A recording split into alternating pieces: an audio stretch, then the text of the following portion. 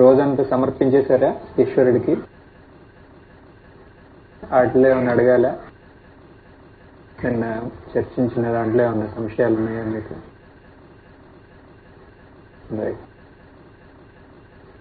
So ఇక శాంతి యొక్క 3వ మెట్టు మీద మనం అందరం ఉన్నట్టేగా.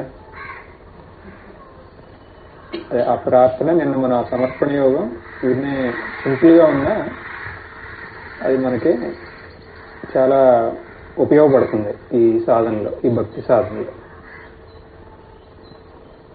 మామూలుగా రోజు కంటిన్యూస్ గా గుర్తుండట్లేదు స్వామి. అంటే ఇంకా మనస్ఫూర్తిగా రాలేదు. కొంచెం ఒక్కసారి మర్చిపో, మామూలుగా నేను చేసేస్తున్నాను అనేది అట్లా ఈశ్వరార్పణం అనేది కంటిన్యూస్ గా అంటే అది ఒక థాట్, ఒక ఆలోచన లాగా మనలో సంరక్షించుకోమని అంటలా. అప్పుడు మళ్ళీ అదే దాని కారణంగా మళ్ళీ అశాంతి వస్తుంది. అలా కాదు, మనం పొద్దున్న చేస్తున్నాం, మళ్ళీ సాయంత్రం అంటే పొద్దున్న చేసినప్పుడు మనకి ఆ రోజులో మనకి ఏం చేసినా మనకు తెలుసు కదా, ఆల్రెడీ ఆయనకి సమర్పించేసామని. మళ్ళీ సాయంత్రం ఇంకొకసారి మనం దాన్ని ఏమంటాం, పుష్టి పరుస్తున్నాం, ఆ భావాన్ని బలపరుస్తున్నాం, పుష్టి ఇస్తున్నాం. ఒక ఆలోచన, ఒక వృత్తిలాగా అది రోజంతా ఉండాలని కాదు. అయినా ఏమన్నా విశేష కార్యాలు ఏమన్నా చేస్తా అంటే అప్పుడు మళ్ళీ మనం ఈ 2 ప్రార్థనలు చేయొచ్చు. ఇప్పుడు విశేషంగా ఏమన్నా చేసేటప్పుడు మళ్ళీ ఈ 2 ప్రార్థనలు మనకి, ఎందుకంటే మనం అవి చేసేటప్పుడు కూడా, ప్రార్థన చేసేటప్పుడు కూడా మనలోనే శాంతి.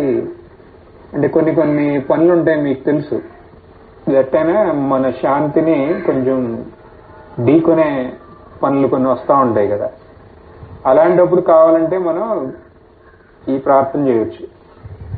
నేను మీకోసం మీ పనే చేస్తున్నాను, నాకు అదంతా ఇవ్వండి, నేను చేసేది మీ పనే, నాకు కావాల్సిన శక్తి సామర్థ్యాలు ఇవ్వండి, నేను మీ పనే చేస్తున్నాను అని అనుకుని అది చేసేయచ్చు.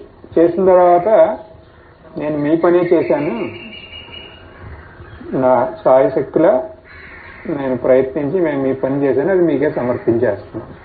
ఏమైనా విశేషమైన పని చేసినప్పుడు మనకు అనిపించవచ్చు కదా, ఎందుకంటే పొద్దున్న మనం చేసాము, మళ్ళీ సాయంత్రం చేస్తున్నాం. సడన్ గా ఏమన్నా తగిలింది అనుకోండి, ఏమన్నా ఒక పని, కొన్ని పనులు ఉంటాయి కదా, అవి చేస్తా అంటే మన అహంకారం మనకు తెలవకుండానే మనకి మీద ఒక పై చేయి వచ్చేస్తుంది దానికి. అలా అందరికీ ఉంటాయి. ఇప్పుడు ఇళ్లలో కూడా, ఇప్పుడు మీకు ఏమన్నా మాట వినకపోతే అప్పుడు దాని ముందు ఇలా చేయాలి. అంటే నేను ఒక మాస్క్ అంటే ఈ మాస్క్ కాదు, ఒక మొహం ముడి అంటారా, ముసుగు. అంటే ముసుగు కాదు, కనపడకుండా కాదు, ఇప్పుడు వేరే రకంగా కనపడేటట్టు వేసుకుంటారు, దాన్ని ఏమంటారు, పిల్లలు వేసుకుంటారు, పులిలాగా అలా వేసుకుంటారు. అదే, అందుకనే మాస్క్ అంటున్నాను.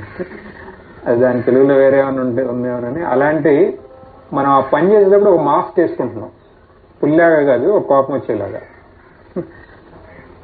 అది ఎప్పుడు ఈ ప్రార్థన చేస్తే అప్పుడు అది మీరు మాస్క్ వేసుకున్నట్టు. పని అయిన తర్వాత ఏమంటే మాస్క్ తీసేయాలి, దాంతో మళ్ళీ కంటిన్యూ అవ్వకూడదు. ఆ పని అయిపోయింది, అప్పుడు మనం సమర్పిస్తున్నాం. అలా ఇప్పుడు మనకి ఇళ్లలో ఉంటాయి కదా, అలా ఇంట్లో వాళ్ళు పిల్లలు ఎవరో మాట వినకపోతే అప్పుడు కూడా మనం ఇలాగే చేయాలి. ఎందుకంటే లేకపోతే మన శాంతి అది భంగం అవుతుంది కదా. అది దానికి మనం రెడీగా లేము. ఇంకా ఇప్పుడు వరకు పర్వాలా, ఇప్పుడు మనం రెడీగా లేము. ఏదేమైనా సరే మన శాంతిని మనం కాపాడుకుంటాం. దానికోసం మనకు భగవంతుడు ఎప్పుడు తోడుగా ఉన్నాడు. మళ్ళీ మనకు ఎలా ఈ భక్తి భావన ఉంది కదా, అందుకని ఆ భక్తి భావన యొక్క బలంతో మన శాంతిని మనం కాపాడుకుంటున్నాం. కానీ విశేషమైన పనులు ఉన్నప్పుడు ఇలా చేయొచ్చు.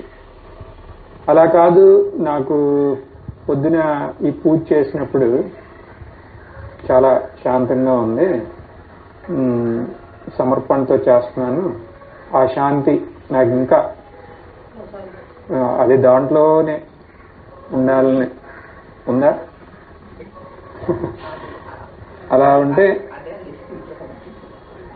అప్పుడు ఇవాళ సత్సంగానికి ఇవాళ అదే ఇప్పుడు మీరు అడిగారుగా, అది మైండ్లో పెట్టుకుని మనం ఇవాళ డిస్కషన్ అలా మీ అందరికీ అనిపిస్తుంది అలా ఆ శాంతిని పెంపొందించుకోవాలని. అది ఒక భారం లాగా లేదుగా ఈ పూజ, ఈ సమర్పణ యోగం. ఈ భారం లాగా లేకపోతే మనం కరెక్ట్ లైన్లో ఉన్నట్టు కదా. మనం శాంతి కోసం మొదలెట్టాం, ఆ శాంతి మనకి మన అనుభవంలోకి వస్తుంది అని. అప్పుడు ఆ శాంతిని ఇంకా ఆ శాంతిలో ఉండాలి అంటే అది మళ్ళీ మనం భారం అవ్వకూడదు. నేను అన్నాను కదా, ఓం నమః శివాయ చేస్తున్నారా? చేస్తున్నాను. ఇక నిరంతరం చేయండి అన్నాను అనుకోండి నేను. అప్పుడు ఎలా ఉంటుంది మీకు? ఫస్ట్ ఒక రోజు 2 రోజులు బాగానే ఏదో, ఎందుకంటే ఒక ఊపు ఉంది కదా ఏదో సాధించాలని. తర్వాత నా దారిని నేను వెళ్తాను, మీ దారిని మీరు వెళ్తారా? అప్పుడు చేయాలంటే ఓ పక్కనేమో చేయాలని ఊపు, ఇంకో పక్కనేమో చేయలేము. మళ్ళీ కంటిన్యూస్ గా ఉండాలంటే ఇప్పుడు ఏమైనా మాట్లాడదంటే కదా, అప్పుడు అంతా మొత్తం వ్యవహారం అంతా తారుమారైపోతుంది. అలా మనం అంటలే అసలు ఇక్కడ అలా ఏమి. అందుకనే శాంతి అనే దాని మీద వెళ్తున్నాం మనం. ఇప్పుడు ఏదో కొంతమంది జపం చేసి కోపం వచ్చేస్తున్నాడు. ఇది పరిచయం ఉండాలి. తెలిసిన ఒక కౌంటర్తో ఆయన ఫిక్స్ ఉంటుంది కౌంట్, ఇన్ని చేసుకోవాలని. ఆయన చేసుకుంటూ ఓం నమః శివాయ, ఓం నమః శివాయ అంటూ ఉంటాడు. ఇలా అంటూ ఉంటాడు ఆయన. ఇంకో పక్కన నొక్కేస్తూ ఉంటాడు. ఎందుకంటే ఆయనకి ఆ రోజంతా చాలా పెద్ద పెద్ద కౌంట్లు పెట్టుకుంటారు. సింపుల్ గా కాదు, మినిమం 10,000 చేయాలి, అలా వేలల్లో అనమాట. అప్పుడు మధ్యలో ఆ కోపం కూడా ఇక్కడ కనపడతా ఉంటుంది మనకు. అలా అదే ఏం ఉపయోగం. అలా అంటలా మనం అసలు. మనం ఏం చేసినా మన శాంతిని అందుకనే అది మీరు దాని మీద ఒక ఎంత ఇన్స్పిరేషన్ వచ్చినా ఈ శాంతిని మనం పెంపొందించుకుంటున్నాం అనే ఒక హెడర్ మీదే మనం వెళ్తున్నాం. ఇప్పుడు మన సాధన అంటే మనం ఎవరో ఏదో చెప్పారు, ఏదో సాధన, భగవంతుడికి కావాల్సింది ఒకటి మన నుంచి శాంతంగా ఉండటం కదా. అందుకనే ఆయన భగవంతుడు అంటున్నారు, మన నుంచి ఏమి ఆశించకుండా మనం శాంతంగా ఉండటమే కదా అసలైన ప్రేమ కదా. ఇప్పుడు భగవంతుడికి మన మీద అలాంటి ప్రేమ ఉంటుందా? ఉండదా? ఉంటుంది కదా. ఎవరికున్నా లేకపోయినా ఆయనకు ఉంటుంది కదా. ఎందుకని ఆయనే సృష్టించారు, ఆయనే పోషిస్తున్నారు. మరి ఆయనకి లేకపోతే ఇంకెవరికి ఉంటుంది? మరి ఆయన ఏం ఆశిస్తారు మన నుంచి? శాంతంగా ఉండటం. ఇప్పుడు మనం ఏం ప్రయత్నం చేస్తున్నాం? శాంతంగా ఉండటానికి. ఆ శాంతి నేను నిరంతరం అవిచ్ఛిన్నంగా అనుభవించాలి అంటే ఏం చేయాలి అన్నారు అనుకోండి. అప్పుడు అలాంటి ఆన్సర్ చేయటం చాలా సంతోషం. ఎందుకని శాంతి అనేది మనకి మనలోన అది ఇంకా ప్రకాశించడం మొదలుపెట్టింది కాబట్టి కదా. అప్పుడు దానికి మళ్ళీ ఏమన్నా ఆవరణలు వస్తే మనకి ఇష్టంగా ఉండదు కదా. ఓకే. సో నిష్కామ భక్తి గురించి మనం 3 రోజులు చూసాం. ఇప్పుడు ఆ శాంతిని ఇంకా మనలో స్వాభావికంగా మనం ఆ శాంతిలో ఎలా ఉండగలం అనేదాన్ని చూద్దాం. భక్తి మార్గంతోనే మనం ముందుకెళ్తున్నాం. భక్తి అంటే మామూలుగా అదేదో తక్కువ అని కాదు, చాలా ఉత్తమమైన మార్గం అది భక్తి. కొంతమంది అనుకుంటారు కదా, ఏదో ఒకటి చదవగానే వివేకరామని అయ్యే 2-3 చదవగానే వీళ్ళు భక్తులు, మేము జ్ఞానులు అని అది ఒక అహంకారం. మేము జ్ఞానులు. అలా కాదు. ఇక్కడ భక్తి చాలా ఉత్తమమైన సాధన. భక్తిలోనే ఉందంతా జ్ఞానం అంతా. భక్తిని నిషేధించి అసలు ఏ సాధన లేదు. జ్ఞానం అనేది ఏంటంటే భక్తి జ్ఞానంలాగా పరిణమిస్తుంది కదా. మరి భక్తి లేకుండా జ్ఞానం ఎక్కడుంది? జ్ఞాన పూర్ణత్వంలో కూడా మళ్ళీ భక్తి ఎక్కడ? డెఫినేషన్లు మారుతాయి. ప్రస్తుతానికి అన్ని డెఫినేషన్తో మనకు పని లేదు కదా. ఇప్పుడు భక్తి అనేది మన అందరిలోనూ ఉంది కదా. చిన్నప్పుడు మనకు తెలవకుండా మన తల్లిదండ్రులు మన మీద బలవంతంగా ఈ భక్తి మార్గంలోకి మనల్ని మన ఒక రకంగా ఏమనాలంటే తోశారు అనాలి, నెట్టారు. అవునా? నిన్న అంటున్నారు ఆవిడ, నన్ను ఈ భక్తి మార్గంలోకి నెట్టిందనిలే, భక్తి మార్గంలోకి ప్రవేశపెట్టింది ఈవిడే అని చెబుతున్నారు. అది ఏదో ఒక నామం చేసుకో అంటే మనం చేసుకుంటాం కదా, వాళ్ళ మీద గౌరవం ఉంది. తర్వాత వీడెప్పుడు కనపడినా ఇట్లాంటివి చేసుకోమంటారు అని కూడా అనిపిస్తుంది మనకి.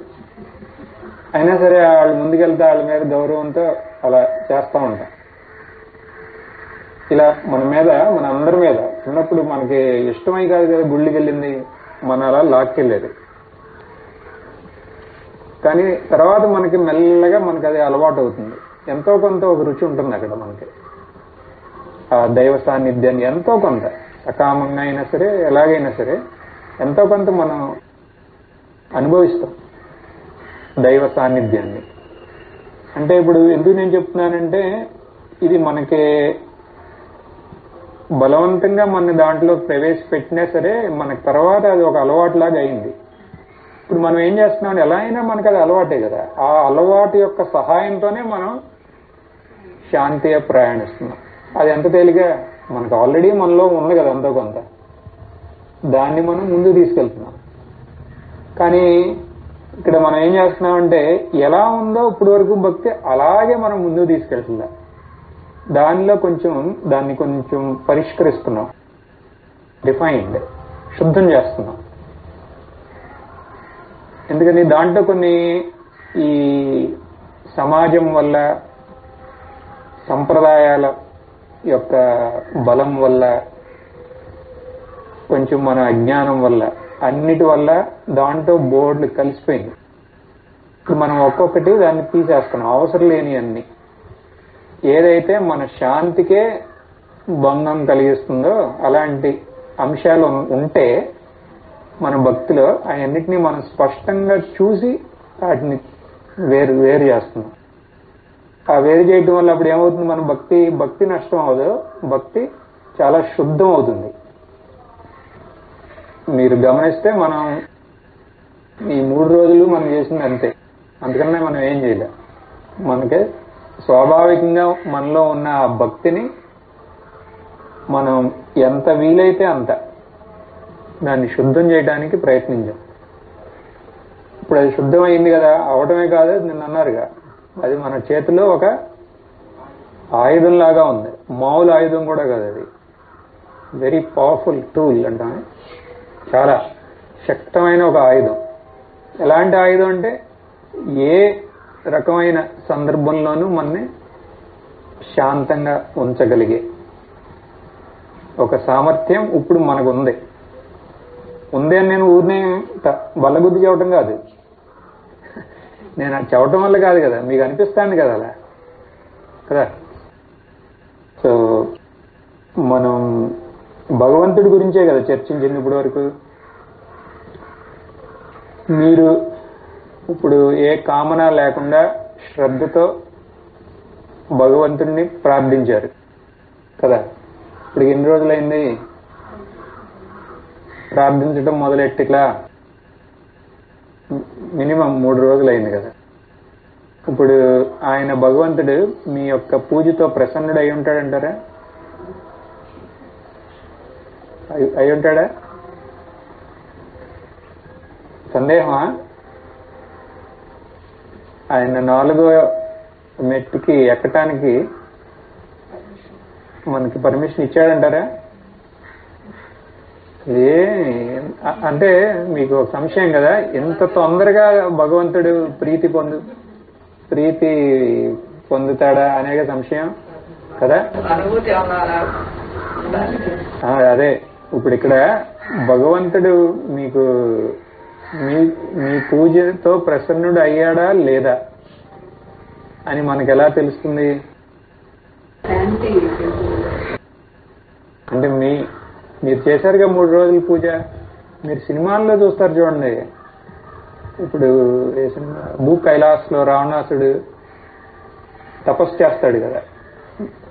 ఎలాంటి తపస్సు? మామూలు తపస్సు కాదు, అది కఠినమైన తపస్సు. అప్పుడే భోలేనాథ్, అది మన శివుడు ప్రత్యక్షం అయ్యాడు అక్కడ. తల్ల కూడా తీసాడు కదా, తీసినప్పుడే కదా ప్రత్యక్షం అయింది. అలాంటప్పుడు నాకు ప్రత్యక్షం అవుతాడా అనే సంశయం ఉందా?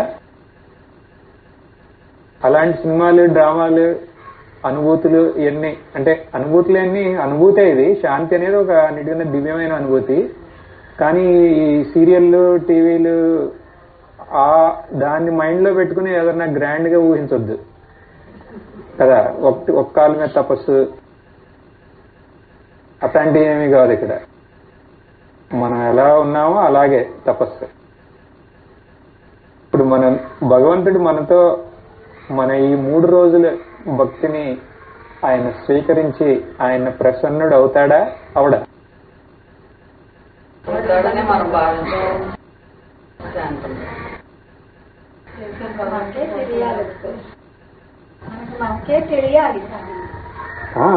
అది తెలుసుకుని నాకు చెప్పండి ఇప్పుడు.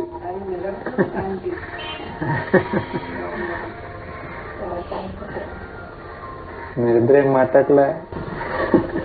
కంపారిటివ్ గా అంటే ఇప్పుడు మనం వినడం వల్ల కానీ చేయడం వల్ల కానీ ఆ లైఫ్నెస్ మటుకు నేను అడిగే క్వశ్చన్ ఆన్సర్ చెప్పండి. శాంతిగా అనిపిస్తా ఉంది అంటే అది అంతే కదా, అనుగ్రహమే ఉంటుంది. ఎస్ ఆర్ నో, ఇప్పుడు 2 ఆన్సర్లు ఉంటాయి కదా. అందుకని ఇప్పుడు ఒక్కొక్కళ్ళు మీరు భావాత్మకంగా చెప్తే దాని ఫైనల్లీ దాంట్లో ఆన్సర్ ఏంటో కనిపెట్టాలి. అందుకని చాలా సింపుల్ ఏంటంటే ఎస్ ఆర్ నో. ఎస్ నోనా? ఎస్ అందరూ ఎస్సేనా? నిజంగా అయితే ఎస్ అండ్ నో 2. నో ఎవరికి లేకపోతే చాలా మంచి విషయం అది. నో ఎవరికంటే సకామ వాళ్ళకి. సకామ కోరికలతో ఆయనకి మనం భక్తిని ఎంత మనం అభినయించినా ఆయన ముందు ఆయన ప్రీతి పొందటానికి చాలా టైం పడుతుంది. ఎందుకని మన కోరికలు ఉంటాయి కదా ముందు, అవి పడేస్తాడు మనకి. సరే పట్టుకోరా అంటాడు అంతే. ఆయన పెద్ద ప్రసన్నంగా ఏముంది, ఇదో వీడు అడుక్కుంటానికి వచ్చాడు, నాకు పాలాభిషేకం చేశాడు, వాడికి కావాల్సినవి 10 కోరికలు ఉన్నాయి. ఈ 10లో ఏదన్నా వాడు తీర్చడానికి వీడు యోగ్యుడేనా లేదా, వీడు చేసిన పుణ్యం అన్ని చూస్తారు.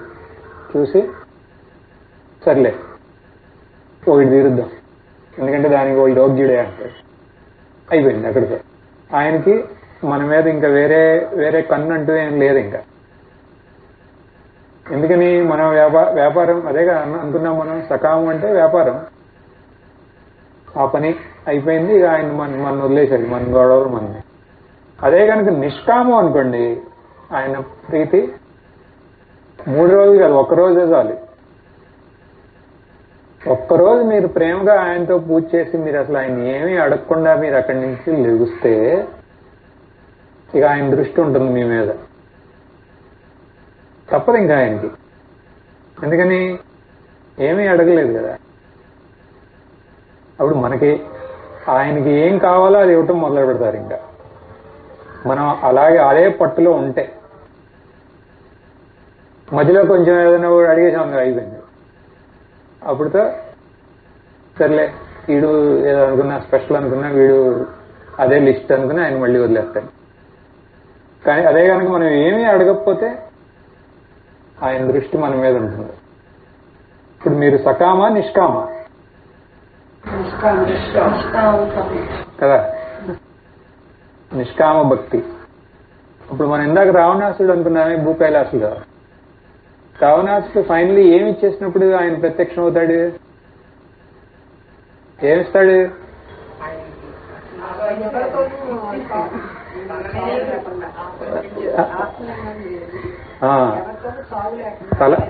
తల ఒక్కొక్క తల ఇచ్చేస్తాడు కదా, ఒక్కొక్క తల. అది దేనికి చిహ్నం? రావణాసుడు తలలు దేనికి చిహ్నం? అహంకారం ఇచ్చాడు, అంతే కదా. ఇప్పుడు మనం నిష్కామ భక్తితో ఆయన దగ్గరికి వెళ్తే మనం మన అహంకారాన్ని ఇస్తున్నాం కదా ఆయనకి, మరి ఆయన ప్రసన్నం అవుతారు కదా. కామన్లు ఏమీ లేవు. మనం ఎందుకు ఆయన్ని ప్రార్థిస్తున్నాం? ఆయన కోసమే ఆయన్ని ప్రార్థిస్తున్నాం. ఆయన కోసం ఆయన్ని. ఆయన తలుసుకుంటే మనకు శాంతంగా ఉంది. ఆయన శాంతి. ఆ శాంతి కోసమే మనం ఆయన్ని ప్రార్థిస్తున్నాం. శాంతి కోసం శాంతంగా మనం ప్రార్థిస్తున్నాం. అప్పుడు మన అహంకారాన్ని మధ్యలో రానివ్వం కదా ఇంకా. మరి అహంకారం లేకుండా మనం పూజ చేసినప్పుడు మన అంత సమర్పణ ఎక్కడ రోజులో కూడా ఎక్కడ మన అహంకారాన్ని పైకి రానియకుండా మనం సంరక్షించుకుంటూ ఆయన్ని ప్రార్థిస్తుంటే మరి ఆయన మన ప్రార్థనతో ఎందుకు ప్రీతి పొందడు? ఒకవేళ ఆయన ప్రసన్నుడు అయ్యాడు అనుకుందాం. ప్రసన్నుడు అయ్యాడంటే అప్పుడు మొన్నే 4వ మెట్టు ఎక్కిస్తారు ఆయన. 4వ మెట్టు ఏంటో మనం చూద్దాం.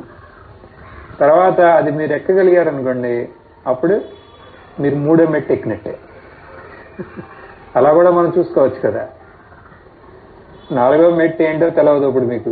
నేను చెప్తే మీరు అది ఇది బాగానే ఉంది అనుకున్నారు అనుకోండి. 3వ మెట్టులో ఉన్నవాడే కదా 4వ మెట్టుకి వెళ్ళగలడు. 3వ మెట్టులో మనం నెలతొక్కుని ఉండి దానివల్ల భగవంతుడి అనుగ్రహం మనకి లభిస్తేనే 4వ మెట్టు తెలుసుకుంటమే కాదు, 4వ మెట్టులో మనం మళ్ళీ అక్కడ నెలదొక్కుని ఉండగలుగుతాం. వెళ్దామా 4వ మెట్టులోకి? 4వ సోపానం శాంతికి సోపానం 4. సో ఏంటది? ఇప్పుడు మీ భగవంతుడు ఎక్కడున్నాడు? ఇంకా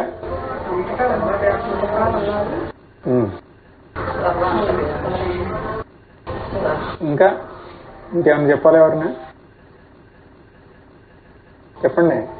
ఏమే ఈ మధ్య అక్కడ వినపడలే సౌండ్? ఎక్కడున్నాడు భగవంతుడు? ఎక్కడున్నాడు?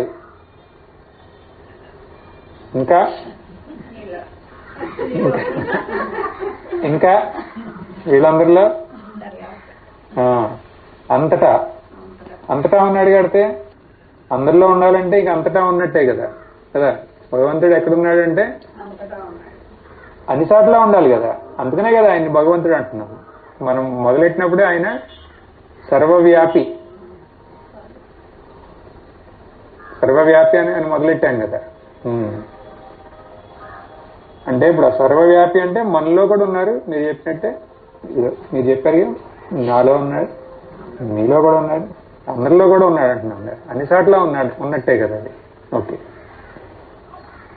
అండ్ అందరిలోనూ ఉన్నప్పుడు ఎలా ఉన్నారు? అందరిలో ఉన్నట్టు మీకు అనుభవంలో ఉందా? అందరిలో వేరే వాళ్ళలో శాంతి మనకి మన అనుభవంలో రాదు కదా.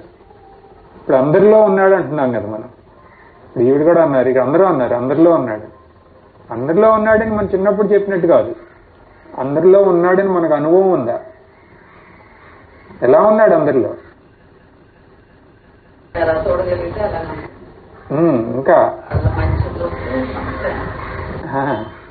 ఇంకా మనం ఇది చర్చించాం ఎంతో కొంత.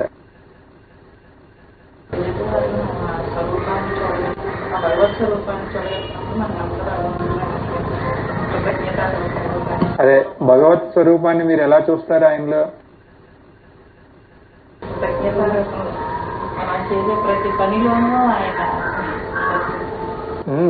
మీరు కవిత్వం చెబుతున్నారు. క్వశ్చన్ ఏంటి? ఎలా ఆయన అంతటా అన్నిటిలో ఇలా అది మనకి అనుభవంలో ఏంటి? ఇప్పుడు మనం ఒక్కొక్కరిని చూస్తా అంటే ఇప్పుడు వీళ్ళందరిలో మనకి ఒక జీవశక్తి కనపడుతుంది కదా. ఒక ప్రాణశక్తి మనకు అనుభవంలో ఉంటుందా లేదా? వేరే ఇప్పుడు నేను అడిగేది వీటికి కాదు, వీటికి ఈ టేబుల్ చైర్ ఈ వదిలేద్దాం ప్రస్తుతానికి, తర్వాత వీటికి కూడా వద్దాం. ప్రస్తుతానికి అందరిలో ఉన్నారని అనుకుంటే మనం అందరిలో ఉన్నారు కదా, అందరిలో ఒట్టి వాళ్ళనే మనం చూసుకుందాం. మనం ఒట్టి మనకి జీవం ఉన్న వాటిని ఫస్ట్ తీసుకున్నాం. అందరిలో ఉన్నారండి. అందరిలో ఎలా ఉన్నారంటే ఆ జీవ చైతన్యంలాగా ఉన్నారు. ఆయనే కదా సృష్టించింది. ఒక ఉపనిషత్ మంత్రం ఉంది, తత్సృష్ట్వా తదేవ అనుప్రావిశత్. ఆ మంత్రం ఆయనే సృష్టించి మళ్ళీ ఆయనే ప్రవేశించాడంటారు. అది అర్థం వేరే, అక్కడ వేరే ఒక విషయం చెప్పటం కోసం. కానీ మనం ఇలా కూడా అర్థం చేసుకోవచ్చు. ఆయన ఇదంతా సృష్టించి దాంట్లోకి ఎలా ప్రవేశించారంటే జీవ చైతన్యం లాగా. ఒక చైతన్య శక్తి ఉంది కదా మనలో కదా. ఇప్పుడు ఒక్కొక్కరిని చూస్తా అంటే మన అనుభవంలో ఉంది కదా, చూస్తే ఒక చైతన్య శక్తి మీలో. ఆ చైతన్యం వల్లే మీకు అన్ని తెలుస్తున్నాయి, అవునా? ఇప్పుడు నేను చెప్పేది మీకు తెలుస్తుంది అంటే లోన ఒక చైతన్యం అనేది ఉంది కదా మనలో. ఎరుక అనుకోండి, ఏమన్నా అనుకోండి, ఒక అందరిలోనూ ఉంది కదా. ఇప్పుడు జీవం అంటే అదే కదా.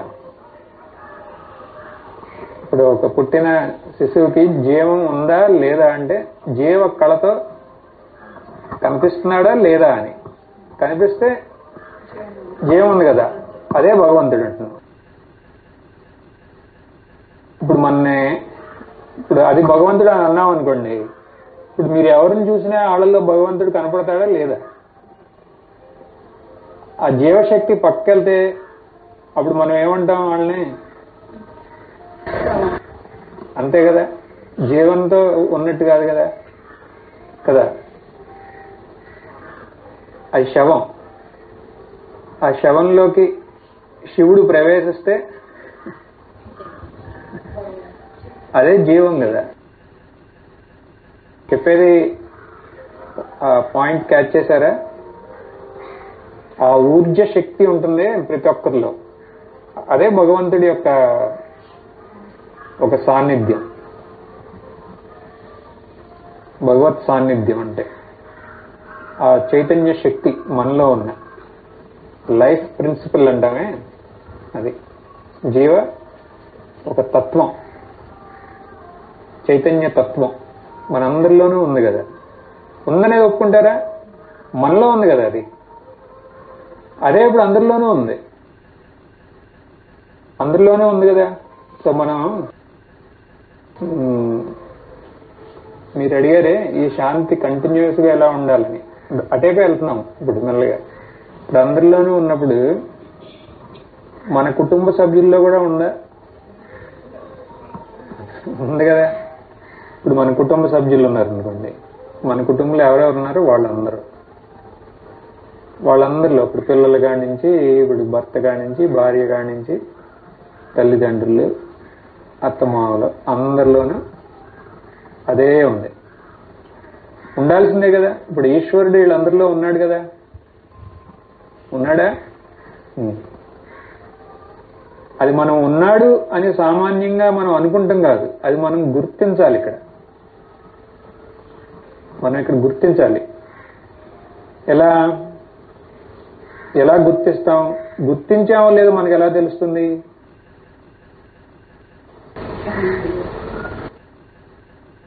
ఏమడిగినా శాంతి శాంతి అంటున్నాడు.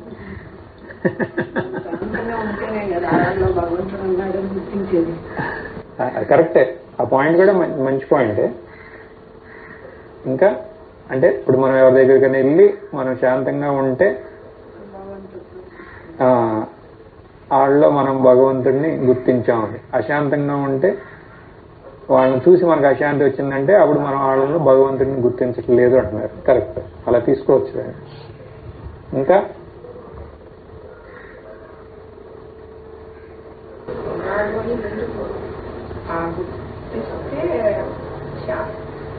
శాంతంగా ఉండడానికి అదే శాంతంగా ఉండి గుర్తించడం కన్నా గుర్తిస్తే ఆటోమేటిక్ గా శాంతంగా ఉంటుంది. మనం గుర్తించాం లేదో అసలు మనకు ఎలా తెలుస్తుంది? స్ఫురణలో ఉండాలి ఎదుటి స్ఫురణలో స్ఫురణ. వాళ్ళ సాన్నిధ్యాన్ని మనం అక్కడ అనుభవించాలంటున్నాం కదా. ఇది ఒక రకంగా ఇప్పుడు మీలో మీరు భగవత్ సాన్నిధ్యాన్ని అనుభవిస్తున్నారా?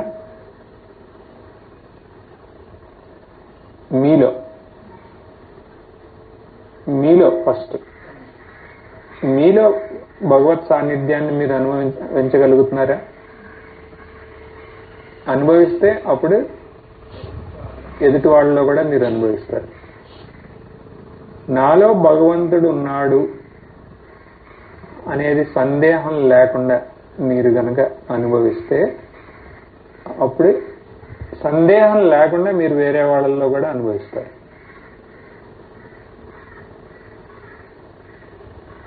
నాతో వస్తున్నారా? సూక్ష్మం అవుతుందా? లేదు కదా, ఇంకా లేదు అసలు.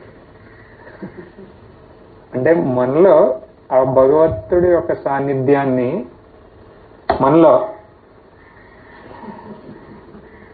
ఇవాళ నుంచి వదలం. ఇంకా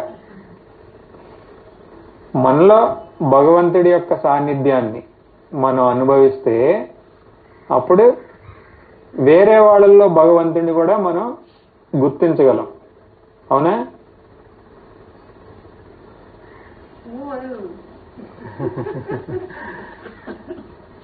మనలో భగవంతుడిని గుర్తిస్తే సో మనలో మనం ఎలా మనలో మీరు గుర్తించారా? మీలో మీరు నాతో ఉన్నారా ఇప్పుడు ఈ పాయింట్ మీద అందరూ? నేను మీకు ఏ ప్రాబ్లము లేదు దీని మీద నేను అనుకోగలనా? అనుకోవచ్చా? మీలో మీరు భగవంతుడిని గుర్తించారు అనే దాని మీద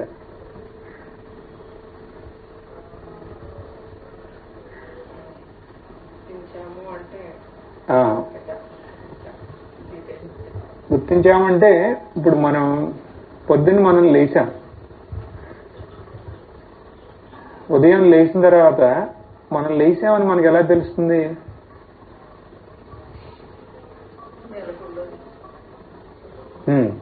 చాలా సింపుల్ నేను అడుగుతున్నా. ఊరికే కొన్ని మనం ఆలోచించుండం అంతే, కానీ మనకు తెలిసినవి అవన్నీ. ప్రాణశక్తి ఒకటి, మన ప్రాణశక్తి మన అనుభవంలోకి వస్తుంది. ఇంద్రియాలు ఇంకా అంతే. ఇప్పుడు మనం పొద్దున్న లేవగానే మనం పడుకునే ముందు మనం ఎలా పడి ఉంటాం? శవంలా పడి ఉంటాం లేదా కదా. దాంట్లో జీవనం ఉందో లేదో మనకు తెలియదు, వేరే వాళ్ళకి తెలుస్తుంది. వేరే వాళ్ళకి తెలుస్తుంది కాబట్టి మనకు అదృష్టం, మళ్ళీ మనం లేచి రాగలం. వేరే వాళ్ళకి పడితే లేకపోతే మళ్ళీ మనకి మళ్ళీ ఛాన్స్ ఉండదు రావడానికి. కానీ మనకు ఎలా తెలుస్తుంది? చుట్టూ అన్ని కనపడతా ఉంటాయి. ఇంద్రియాల యొక్క ఇంద్రియ విషయాలన్నీ అన్ని కనపడతా ఉంటాయి. అన్ని కనపడుతున్నాయి అంటే అన్ని అనుభవంలో ఉన్నాయి. అన్ని తెలుస్తుంది. చూడండి, మీరు ఇంకా ముందుకెళ్ళిపోయారు. తెలుస్తున్నాయి అంటే అనుభవంలో ఉన్నాయని. అన్ని అనుభవంలోకి వస్తున్నాయి మొత్తం అన్ని. అలాగే ఆ అనుభవంలో భాగంగా మనం శ్వాస తీసుకుంటున్నాం అనేది కూడా మనకు ఒక అనుభవంలో వస్తుంది. ఇప్పుడు మొత్తం అన్ని మనకు తెలుస్తుంది కదా. ఇక్కడ అన్ని తెలుస్తుంది. ఆ తెలవటం ఎలా? అది మామూలు విషయం కాదు కదా. అది అప్పటి వరకు తెలవని ఒక శవం నిద్రలో ఇప్పుడు అన్నీ తెలుసుకుంటాంది. అన్ని. మరి అది ఎలా సాధ్యం? అది ఏదో ఒక శక్తి, సుప్తంగా ఉన్న ఒక శక్తి జాగృతం అయినట్టు కదా. అది బయట నుంచి ఆ నిమిషంలో మనకి పైనుంచి ఎక్కడికో వచ్చి ఊడిపడదు. ఏదో సుప్తంగా ఉన్నది. సుప్తంగా అంటే గవర్నమెంట్ సుప్తం అనేది అర్థమవుతుందా? ఒక సుషుప్తిలాగా అంటే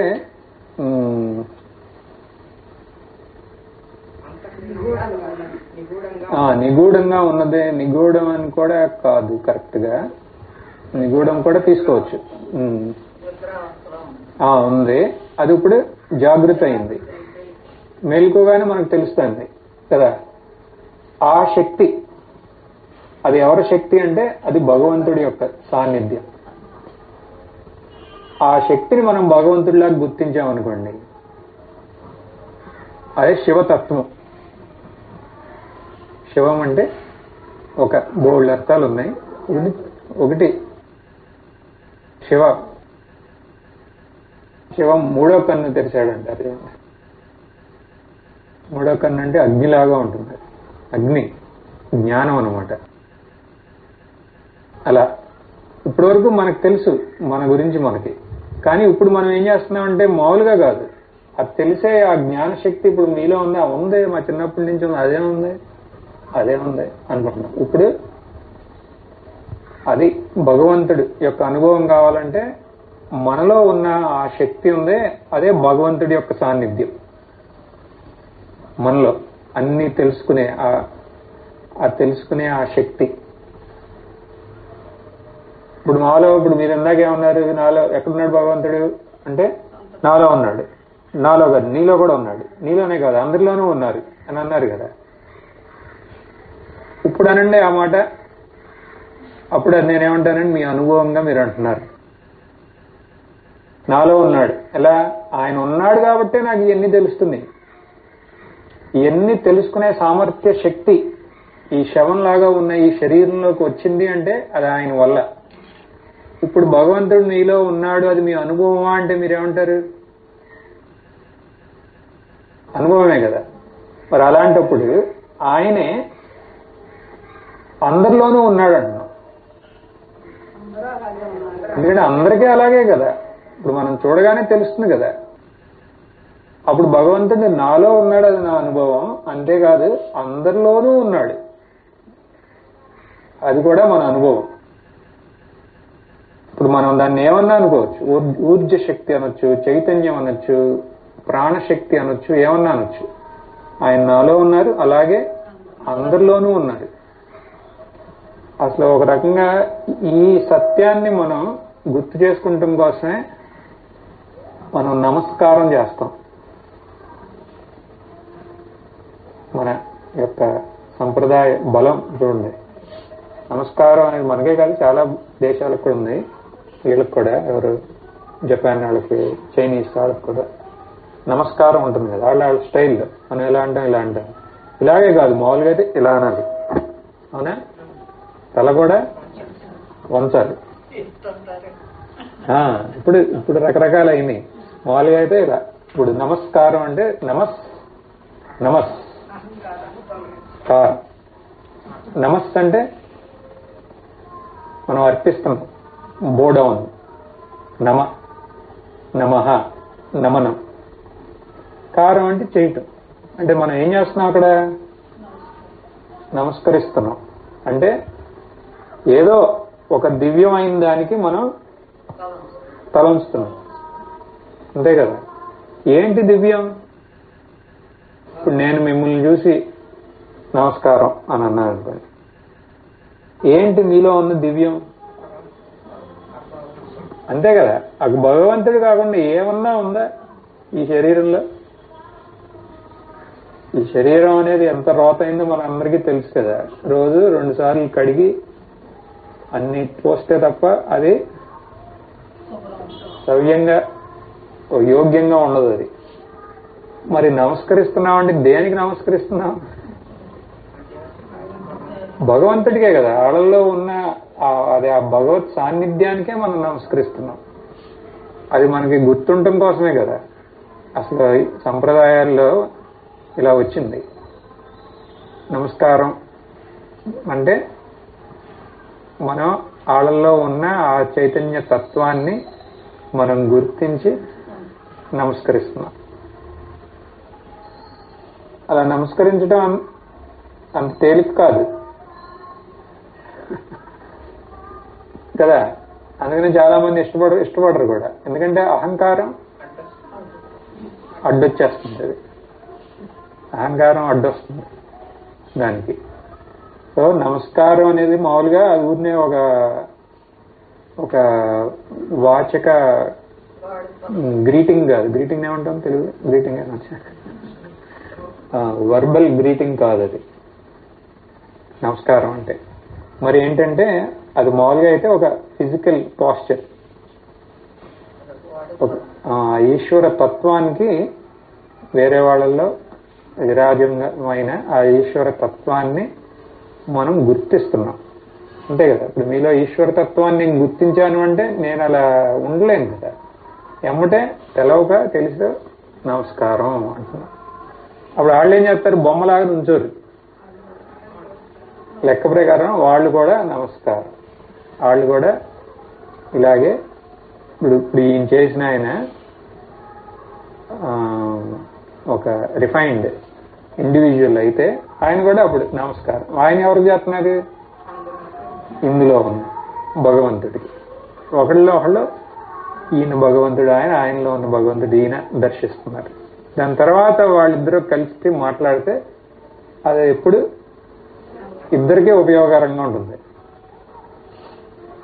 కదా, ఇద్దరికి. ఎందుకని ఒకళ్ళనొకళ్ళు వాళ్ళు భగవంతుడిని దర్శించారు కాబట్టి.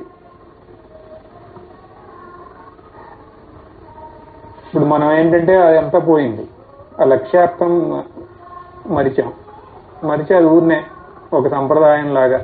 సంప్రదాయంలో ఇవన్నీ ఉన్నాయి కానీ మన అంతా పోయి కేవలం ఒక ఎక్సర్సైజ్ అనమాట. ఏమైనా అనుకుంటాడా లేదా ఏమైనా పని ఉంటే అలా నమస్తే నమస్కారం నమస్కారం అని అంటాం అంతే తప్ప వెనకాల ఏమి మనం వెనకాల ఏంటి అనేది చూడం.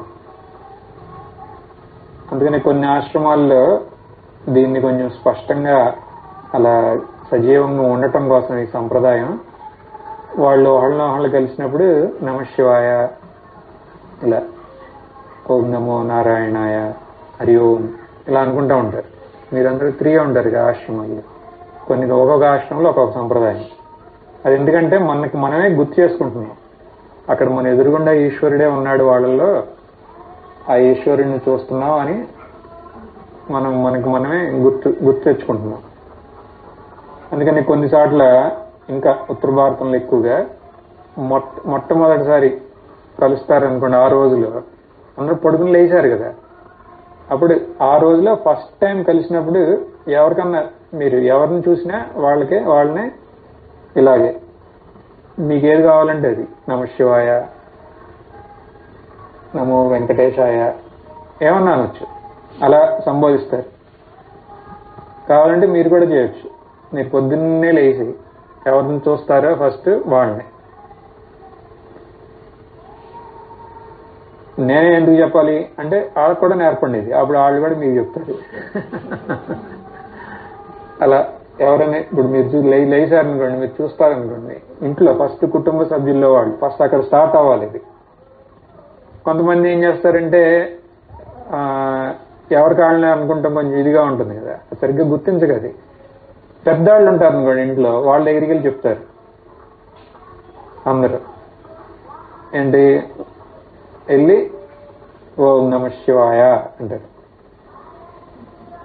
ఎందుకంటే మనం ఆ వాళ్ళలో ఎవరిని చూస్తున్నాం, భగవంతుడినే చూస్తున్నాం. ఇప్పుడు భగవంతుడు ఇప్పుడు మీకు దర్శనం ఇవ్వటం కోసమే అందరూ ఉన్నారు. మనకి టీవీ సీరియల్ లాగా వచ్చి అలా నుంచోటి అలాంటి అనుభవాలని ఇక్కడ ప్రతీక్షించొద్దు. అలా ఎవరిన వచ్చినా మంచిదే. అదే ఈ రోజుల్లో అయితే ఏంటి సంక్రాంతి రావాల్సినప్పుడు వచ్చామంటారు. కాబట్టి ఇక్కడ మనందరి ముందు ఉన్నారు భగవంతుడు, వాళ్ళని ఫస్ట్ మనం చూద్దాం. అందుకని ఇప్పుడు మీ యొక్క పెద్దవాళ్ళని కలిసినప్పుడు ఎవరినంటే వాళ్ళని కలిసినప్పుడు మీరు ఇలా మీకు రిమైండ్ అంటే మనం గుర్తుంచుకోవచ్చు, ఇలా ఈశ్వరుడే ఉన్నాడు వీళ్ళల్లో. అది నేను ఊరినే మనం ఎగ్జాగరేట్ చేసి చెప్పడం కాదు. ఈశ్వరుడు అంటే ఆ జీవ చైతన్యాన్ని మనం చెప్తున్నాం. ఆ జీవ చైతన్యం అందరిలోనూ ఉన్నారు. అంటే ఒక రకంగా ప్రతిరోజు మన కళ్ళ ముందుకి ఈశ్వరుడు ఎన్నో వేషాలు వేసుకుని మన ముందుకు వస్తానే ఉన్నారు. మనం గుర్తిస్తామా లేదా అనేది మనకు వదిలేశాడు ఆయన. కదా. అది ఫస్ట్ మనం వాళ్ళని అలా దర్శిస్తాం. దర్శించిన తర్వాత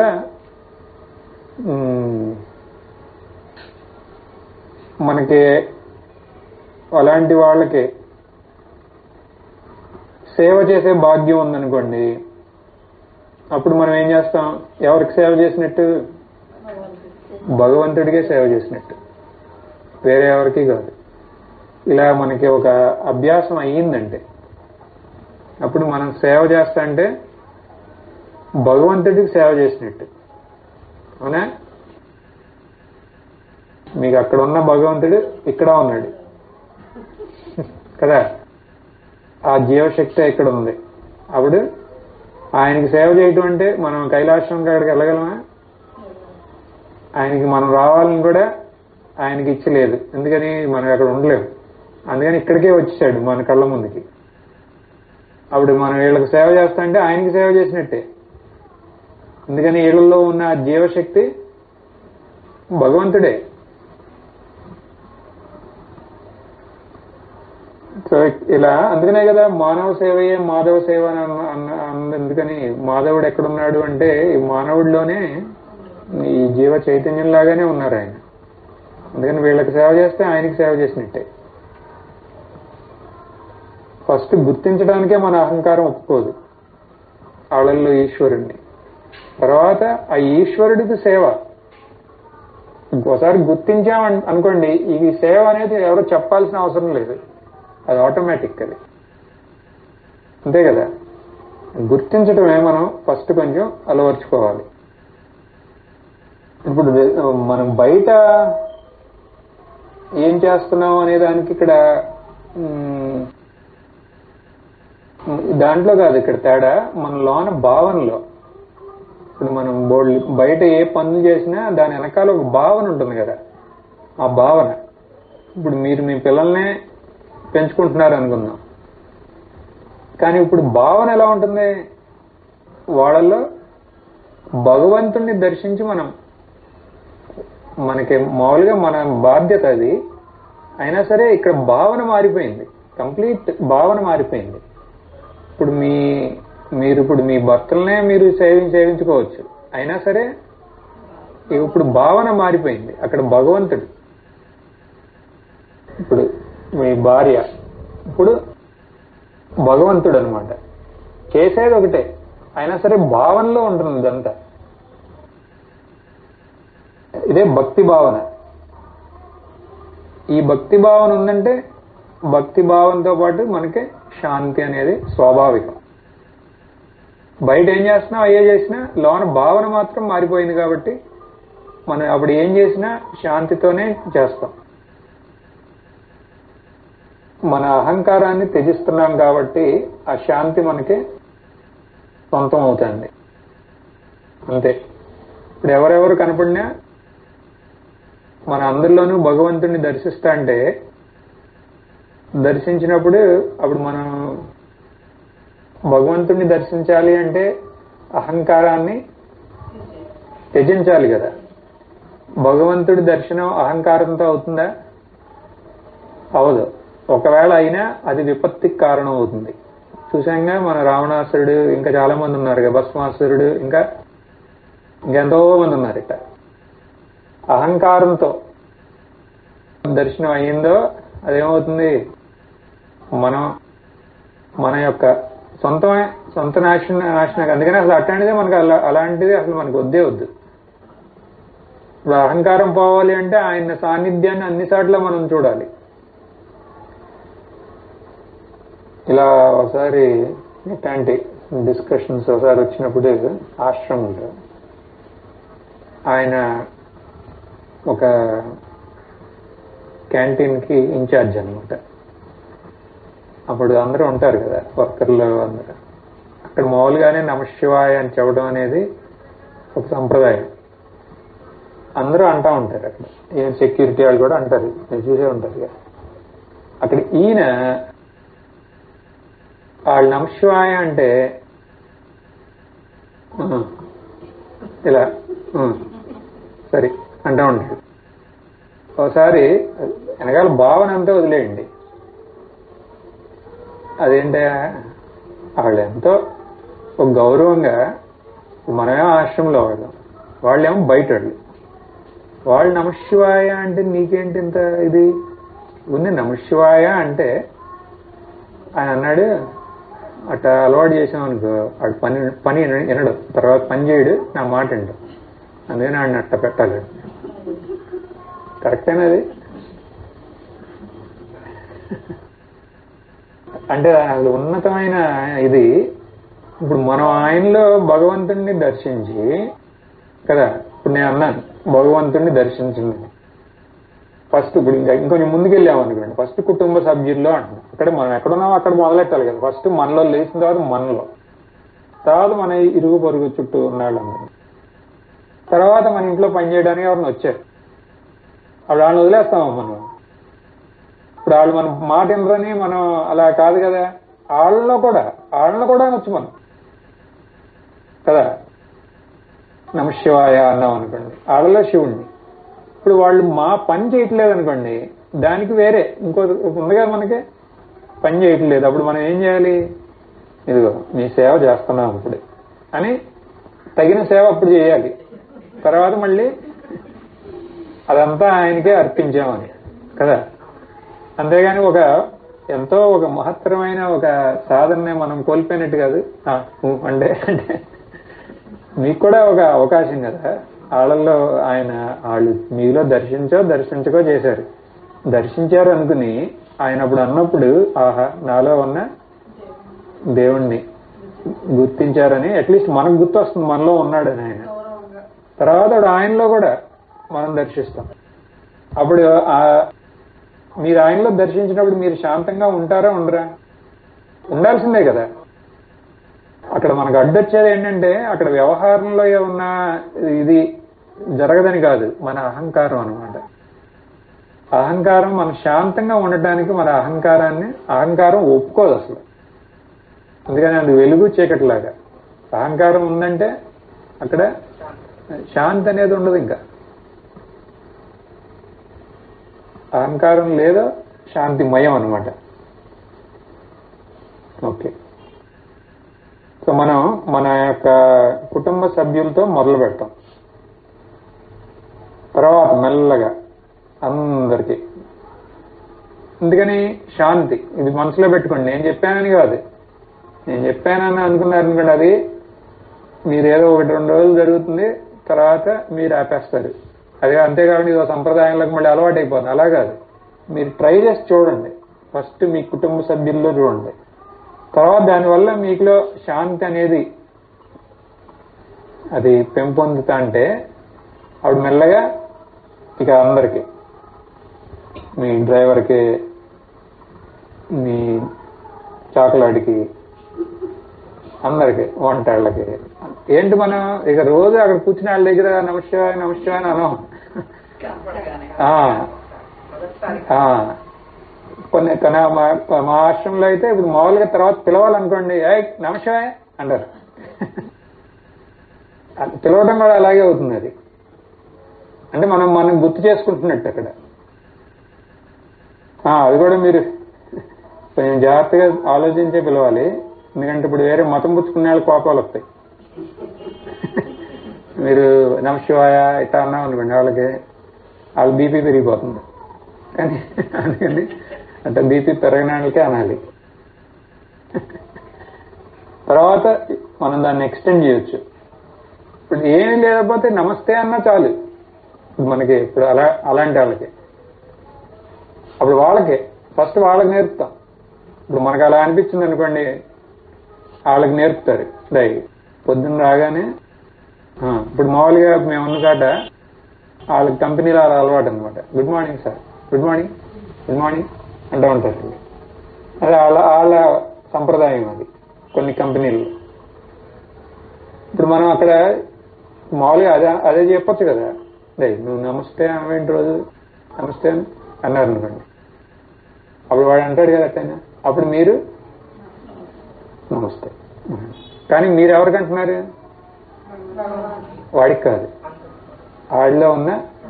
ఇప్పుడు వాడు మీకు ఎందుకు అనాలి అంటే మీలో ఉన్న ఉన్న భగవంతుని మీకు గుర్తు చేయటం కోసం, మీలో అహంకారాన్ని పెంపొందించడం కోసం కాదు.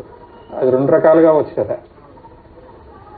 వీడు నా జీతం ఎత్తున్నాను, వీడేంటి నాకు రోజు 3 సార్లు అని అనాలి కదా. అలా కాదు ఇక్కడ. వాడు ఒక్కొక్కసారి అన్నప్పుడు మనలో ఉన్న ఈశ్వరుడు మనకే గుర్తొస్తాడు. అవునా? సో రేపు ఇక్కడ ఒక వేరే రకమైన ఇది చూడగలను నేను. జ్యోతి. సో అందరిలోనూ ఆ ఈశ్వరుడు ఉన్నాడు అని అందరికీ గుర్తు చేస్తారా?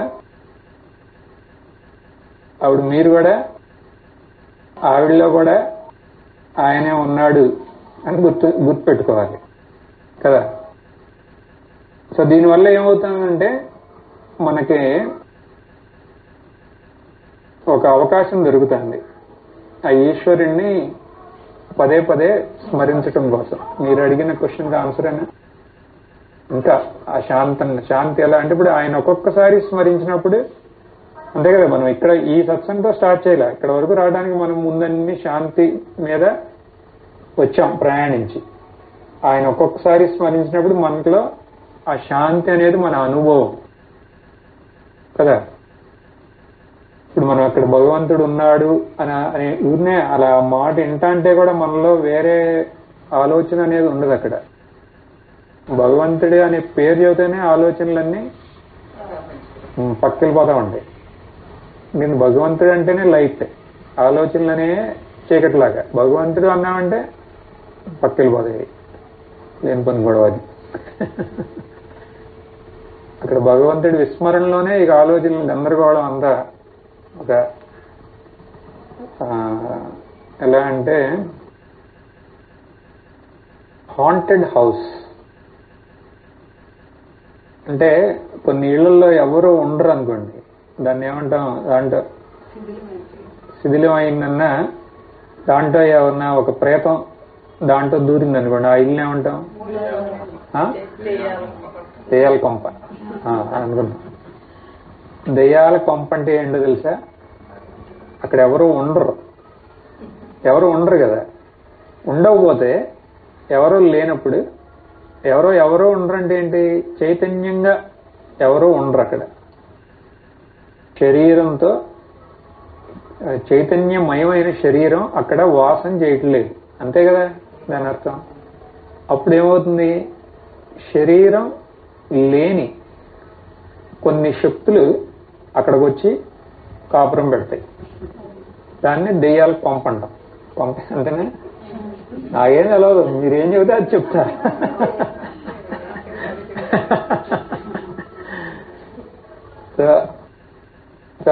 ఇక్కడ మన ఆలోచనలు, ఈశ్వరుడి యొక్క ఆలోచన మన మనసులో లేదనుకోండి, అప్పుడు జీవం లేని అంటే మన ఆలోచనలే అయ్యే దెయ్యాలన్నమాట. అవన్నీ శక్తివంతం అయిపోతాయి. అక్కడ దేవుడు అనే చైతన్యం అక్కడికి వచ్చిందో దేని దారి అవి చూసుకుంటాయి.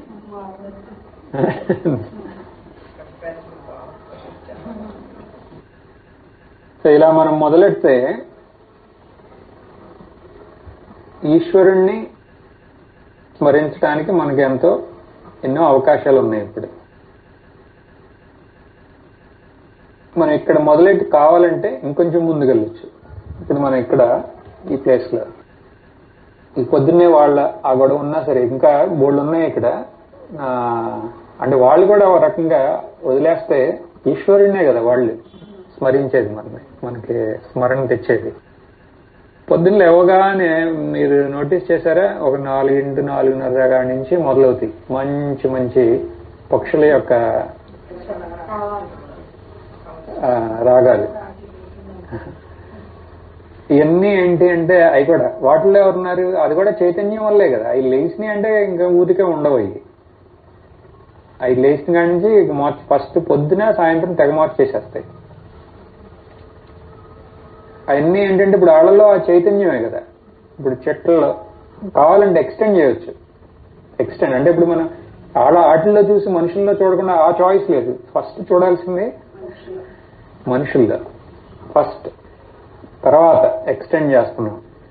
మామూలుగా చాలా తేలిక ఎక్కడో తెలుసా చూస్తాం? ఎక్కడ? మనుషుల్లోనా, పక్షుల్లోనా, చెట్లలోనా? బాగా తేలికైంది ఎక్కడ? ఒక్కొక్కరు ఒకటి అన్నారు, ముగ్గురు. ఇప్పుడు మామూలుగా ఈ చెట్లు అని ఎందుకంటారంటే మనకు వాటి మీద వేరే ఏమి అభిప్రాయం ఉండదు. ఇప్పుడు మనుషులంటే కొంచెం కష్టం కదా, అందరి మీద మనకి ఏదో ఒక అభిప్రాయాలు ఉంటాయి. చెట్ల మీద ఏం అభిప్రాయం ఉండదు. అందుకనే ఇప్పుడు చెట్లు కొంచెం అలాంటి ఒక విశాలమైన వనాల్లోకి వెళ్తే శాంతంగా ఉందనేది. ఎందుకంటే మనుషులుంటే అటే మనుషులు కాదు ప్రాబ్లం, మనలో ఉన్న మన మనసుకి ఈ ప్రాబ్లం మొదలవుతాయి. చెట్లు అంటే వాటి మీద మీరు సంకల్పం చేసి మీరు అశాంతిలోకి వెళ్ళలేరు. ఎందుకని వాటి మీద మీకు అభిప్రాయాలు లేవు కాబట్టి. సో ఆ టాపిక్ అందుకని కావాలంటే మనకి ఇలా కూడా, ఇప్పుడు మీకు గార్డెన్ ఉందనుకోండి, బోర్డులు మొక్కలు అన్నీ ఉంటే మీకు కావాలంటే వాటికి కూడా మీరు మనసులో చెప్పొచ్చు. అందుకని వాటిలో కూడా జీవశక్తే ఉంది కాబట్టి. ఓకే, కానీ నేను ఫస్ట్ పాయింట్ ఇంపార్టెంట్. ఎవరిలో చూస్తున్నాం? మనలో మనం, తర్వాత మన కుటుంబ సభ్యుల్లో, తర్వాత ఆ రోజు మన దగ్గరికి వచ్చేవాళ్ళల్లో, తర్వాత మీ ఇష్టం. అది ఎక్కడ వరకు కావాలంటే అక్కడ వరకు మీరు వెళ్ళొచ్చు. ఎందుకంటే ఆయన మీతో, మీ కుటుంబ సభ్యుల్లాగా మీతోనే ఉన్నారు, మళ్ళీ బయట కూడా ఉన్నారు, జీవశక్తిలాగా అన్నిటిలోనూ ఉన్నారు. ఇలా మనం అభ్యాసం, ఇదే అభ్యాసం అంటే. ఇలా చేస్తే అప్పుడు మనకి ఆ శాంతంగా ఎలా ఉండొచ్చు కాదు, శాంతంగానే ఉంటారు. ఇంకా ఎందుకని ఈశ్వర దర్శనం కాకుండా వేరే దర్శనమే అవట్లా మనకి. ఎటు చూసినా మనకి ఇంకా ఈశ్వరుడే కనపడాలి. ఇంకా మనకింకా మంచి మంచి అవకాశాలు కూడా రావచ్చు. అంతేకాదు, మీరు ఇంకా ఎక్కువ ఇన్స్పైర్డ్ అంటే ఇన్స్పిరేషన్, ప్రేరణ. మీకు స్వయంగా ఒక ప్రేరణ వస్తుంది. ఏమని? సేవ చేద్దామని. అందుకని ఈశ్వరుడే ఉన్నాడు కదా అందరిలో. అప్పుడు ఈశ్వర సేవ చేయటానికి మీరు ఒక కుతూహలం ఉంటుంది మీలో. అందరి ఇప్పుడు ఈశ్వర దర్శనం అయినప్పుడు మరి ఆ ఈశ్వరుడికి, ఆయనకి ఎక్కడన్నా ఎవరికన్నా ఏమైనా కావాలి అని అనుకుంటే అది మీరు చేసే కెపాసిటీ మీకుంటే మీరు చేస్తారు కదా. అంటే ఇప్పుడు మనకి ఒక కర్తవ్యం ఉందనుకోండి, సేవ చేయాల్సిన కర్తవ్యం, వాళ్ళకి ఎలాగైనా మనం చేస్తాం. అలా మనకు లేకుండా కూడా మన కర్తవ్యంలాగా ఉండదు, అయినా సరే మనకి చెయ్యాలని అనిపిస్తుంది. ఎందుకని? ఆళ్ళల్లో ఉన్నదే భగవంతుడే కాబట్టి. ఇప్పుడు మామూలుగా ఈ అనాథ శరణాలయాల్లో సేవలు, మళ్ళీ వృద్ధాశ్రమాల్లో, లేకపోతే ఇలా ఇప్పుడు ఎన్నో ఉన్నాయి కదా, మీకు కూడా బోల్డ్ తెలుసు కదా. ఇలా లేకపోతే ఇలా ఎవరికన్నా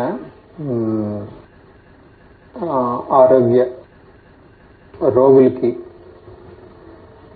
హాస్పిటల్స్లో ఎక్కడన్నా ఇన్ని కొన్ని ఊరినే ఉదాహరణలు అనమాట. ఇప్పుడు అట్లాంటి ఏమన్నా అవకాశాలు వస్తే ఇంకా వాటిని వదులుకోరు కూడా. అలాంటి సేవ చేసే అవకాశాలు వస్తాయి. ఎలా వాళ్ళని సేవించాలి అంటే వాళ్ళు ఈశ్వరుడే అనే భావనతో. ఇది చాలా ముఖ్యమైనది. ఈశ్వరుడే అనే ఒక భావన మనలో ఉందనుకోండి, అప్పుడు మనం ఇప్పుడు ఇలాంటి సేవా కార్యక్రమాల గురించి చెబుతున్నా, ఇంట్లోనే కాదు బయట కూడా అలాంటి అవకాశాలు వస్తాయి. మనం ఇక పైన నేను సేవ చేస్తున్నాను అనే ఒక అహంతో చెయ్యం. ఇంకా ఇక సేవ చేసే అవకాశం ఎప్పుడు వచ్చినా. అంతేగాని అలా చేయకుండా ఆ సేవ పుచ్చుకునే ఆయన్ని పైన పెడతాం. మన్నే కింద. ఎందుకని? ఇది చాలా సహజంగా జరుగుతుంది. మనం ఈశ్వరుణ్ణి కనుక అక్కడ సేవిస్తే, దర్శించి సేవిస్తే, అప్పుడు మీరు ఎందుకని మీ భావన ఏంటంటే ఈశ్వరుడు ఇందాక మనం ఫస్ట్ లో స్టార్ట్ చేసినప్పుడల్లా మన మీద దయతో మన వెంకటేశ్వర స్వామి లాగా మన ముందు వచ్చారనలా, అలాగే ఇక్కడ ఆయనే సేవ అందుకుంటం కోసం ఆ క్షణం మన ప్రేమని సేవని అందుకుంటం కోసం వాళ్ళ రూపంలో మీ ముందుకు వచ్చారు. కాబట్టి మనం సమర్పణతో వాళ్ళకి సేవ చేస్తాం. తర్వాత మనలో ఉన్న ఆ భగవంతుని కూడా మనం కృతజ్ఞత వ్యక్తం చేస్తాం. ఎందుకని? మనకు వాళ్ళలాగా వాళ్ళ రూపంలో మన ముందు వచ్చారు కాబట్టి, వచ్చి మనకు సేవా భాగ్యం ఇచ్చారని. ఇలాంటి ఈ భక్తి అనేది మీ నిష్కామ భక్తి ఇక్కడి వరకు వెళ్ళింది అనుకోండి, అప్పుడు దానికి పెట్టే పేరు నిష్కామ సేవ.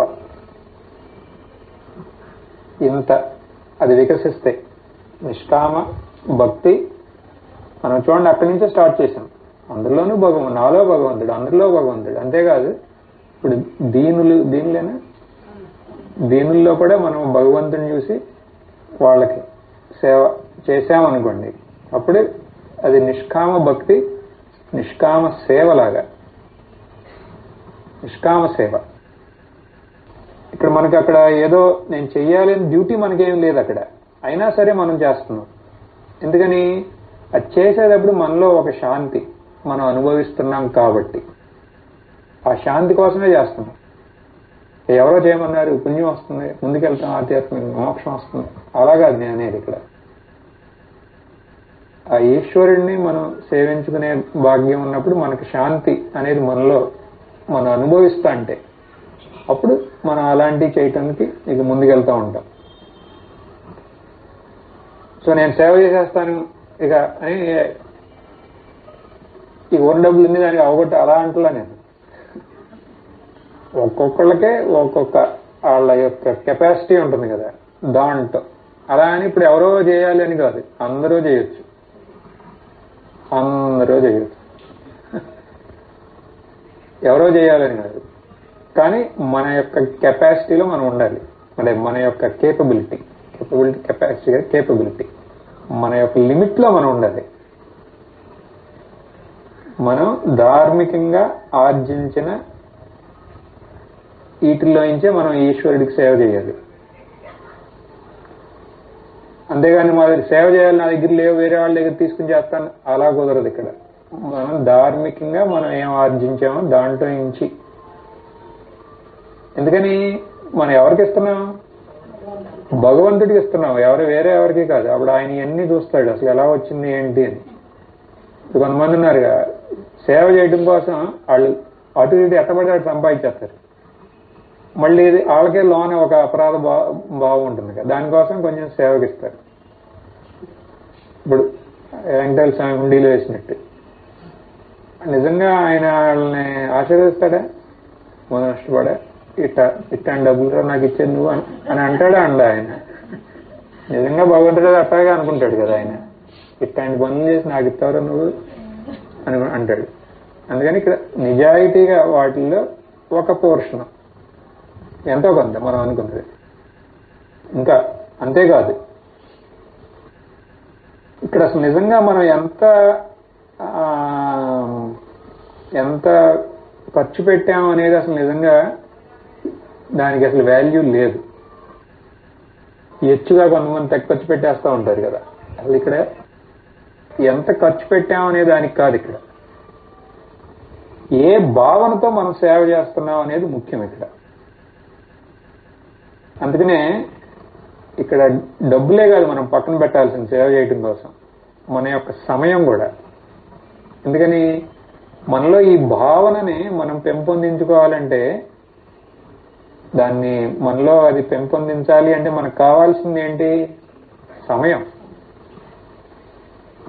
అంతే కదా. అది తీసుకునేవాడితో మనం కొంచెం సమయం అక్కడ వ్యయం చేయాలి. కాబట్టి ఇక్కడ కేవలం మన యొక్క సంపదే కాదు, సంపదతో పాటు మన సమయం కూడా. ఒక రకంగా చూస్తే సమయం కూడా సంపదే. ఎలా? సమయం కూడా సంపద అంటున్నా. ఇది చాలా సింపుల్ లాజిక్. మన సమయం సంపద. అది కూడా అయిపోతా ఉంటుంది, వ్యయమైపోతా ఉంటుంది. అది ఏమవుతా ఉంటుంది సంపదలాగా. ఇంకా ఇంకా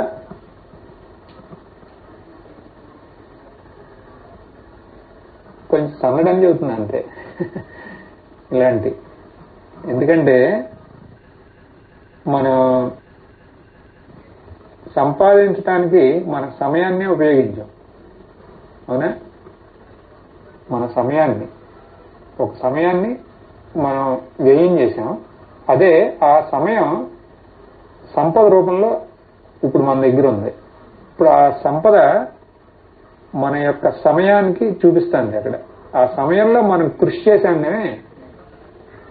ఇప్పుడు ఈ సంపదలో ఉన్నది ఏంటి అంటే ఆ సమయం. అర్థమైందా? అర్థమకపోతే ఏ ప్రాబ్లం లేదు. అసలు మన డిస్కషన్కి సంబంధం లేదు. అంటే సమయం సంపద. సమయం కూడా సంపద ఎలా అవుతుంది అంటే, ఇప్పుడు ఒక 10 ఏళ్ళు, ఇప్పుడు అమెరికా వెళ్ళిపోయి 10 ఏళ్ళు అక్కడ ఉండి వచ్చాం. వచ్చినప్పుడు ఎలా వచ్చాం? 10 కోట్లతో వచ్చాం. ఇప్పుడు ఈ 10 కోట్లు ఏంటంటే 10 ఏళ్ళు అది కూడా. అందుకనే అంటున్నా, సమయం కూడా విలువైంది. అదే సమయమే సంపదలాగా అవుతుంది. ఇంకా కొంచెం చూస్తే దీనికన్నా విలువైంది అది సంపద, దీనికన్నా.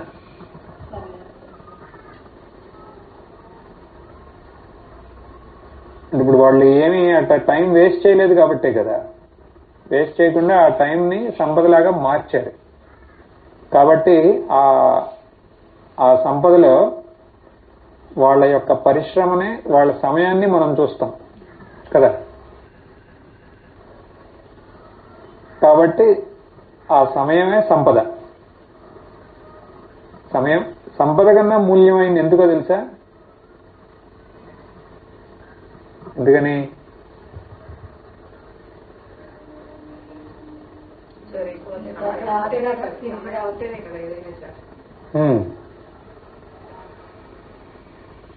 అంతే. ఇప్పుడు ఎంత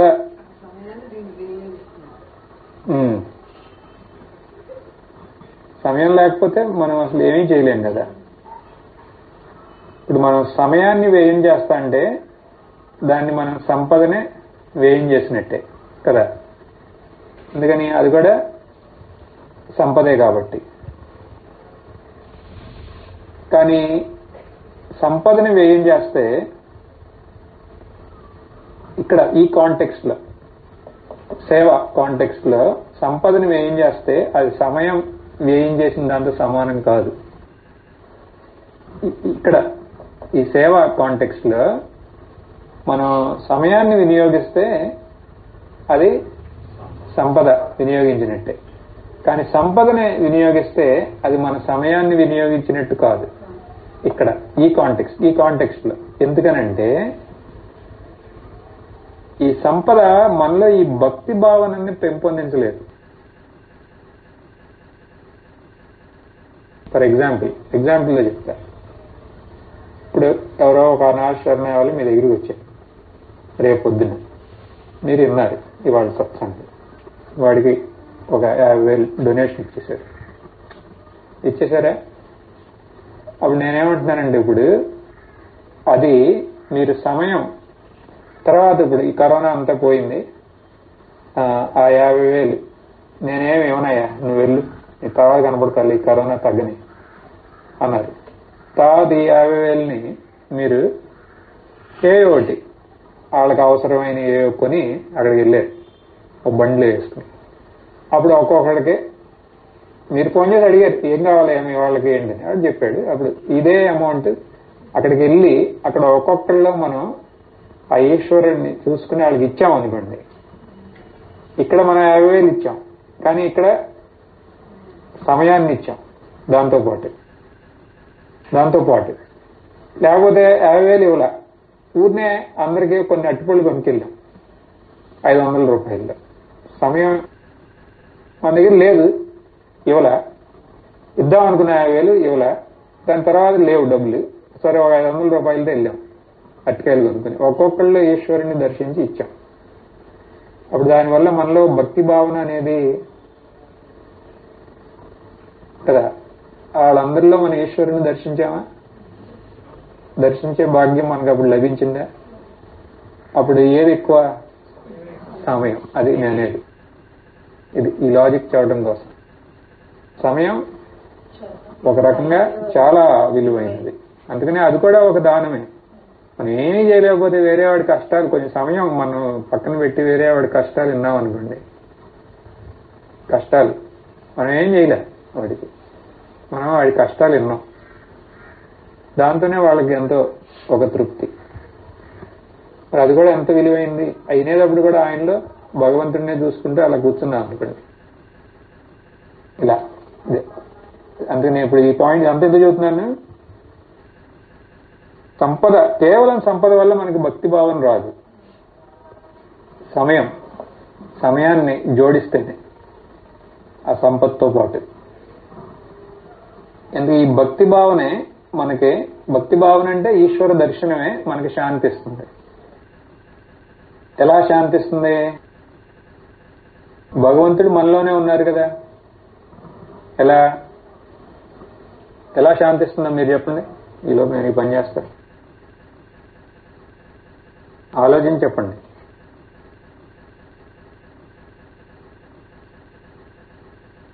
అయిపోయింది, నేను చెప్పేశాను ఆల్రెడీ. ఎలా? ఈ భక్తి భావన వల్ల, భక్తి భావన ఈశ్వర దర్శనం. ఇప్పుడు ఎవరికైనా ఇస్తా అంటే మనలో ఆ టైంలో భక్తి భావన ఈశ్వర దర్శనం. ఈశ్వర దర్శనం వల్ల మనకి శాంతి. ఎలా వస్తుందా శాంతి?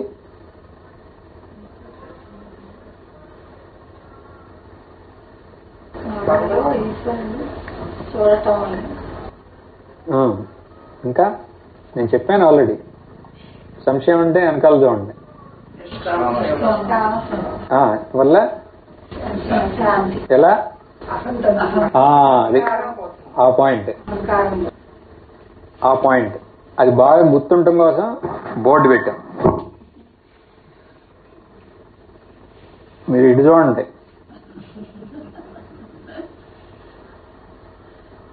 బోర్డు. ఎందుకని?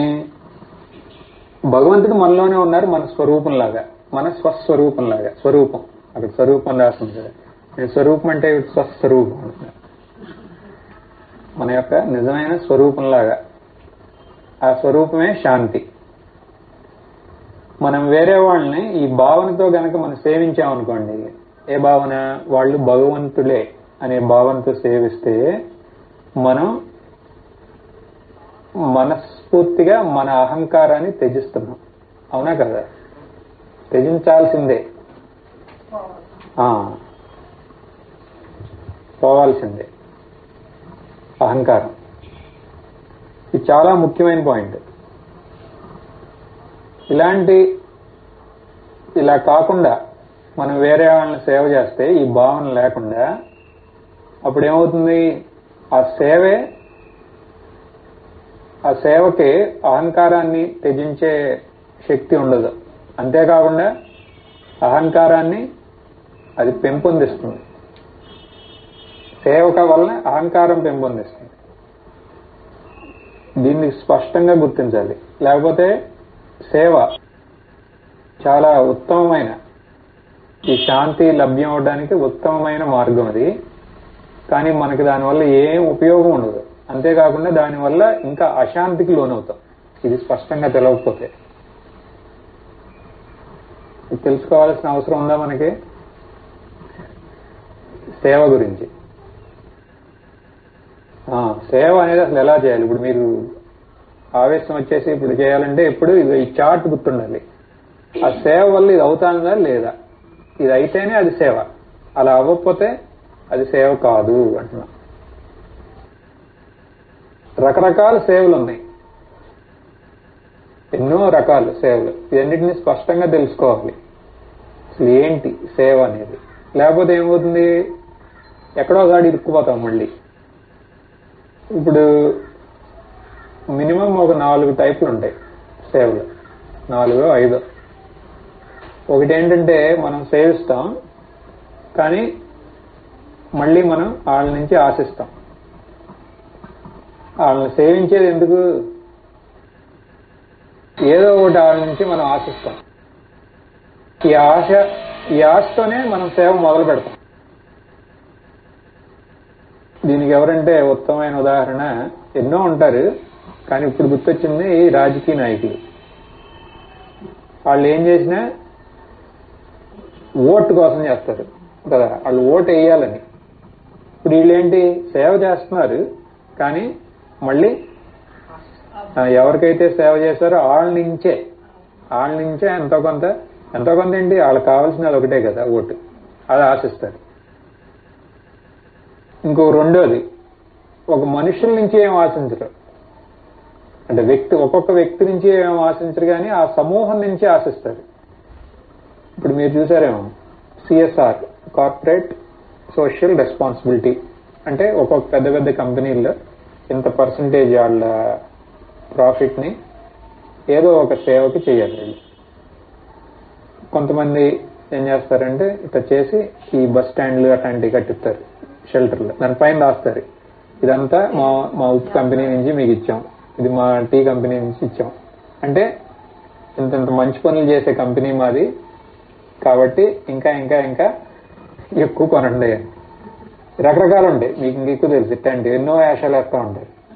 కానీ సేవే ఒక్కొక్కప్పుడు అక్కడ నుంచున్నాడి నుంచి అందరి నుంచి ఏమీ ఇచ్చేరు, కానీ అది చూసేవాళ్ళు ఒక ఇంప్రెషన్ క్రియేట్ అవుతుంది కదా, దానివల్ల వాళ్ళకే అడ్వాంటేజ్ అనమాట. కొంతమంది అలా కాదు, ఎవరికి ఏం తెలవని చాట్లు కూడా చేస్తారు CSR, కానీ ఎక్కువ మంది ఇలా చేస్తారు. కొంతమంది అవన్నీ చూపించుకుని గవర్నమెంట్ నుంచి ఫేవర్స్ తీసుకుంటారు. చూసారు మేము ఎంత మంచి పనులు చేస్తున్నాం కాబట్టి నువ్వు ఇంకా ఎక్కువ మాకు అప్రూవల్స్ ఎన్ని ఇవ్వు అంటారు. ఇది ఒక రెండో సేవ. అంటే ఒక్క వ్యక్తి నుంచి కాదు, వీళ్ళు ఒక సమూహం నుంచి వాళ్ళు.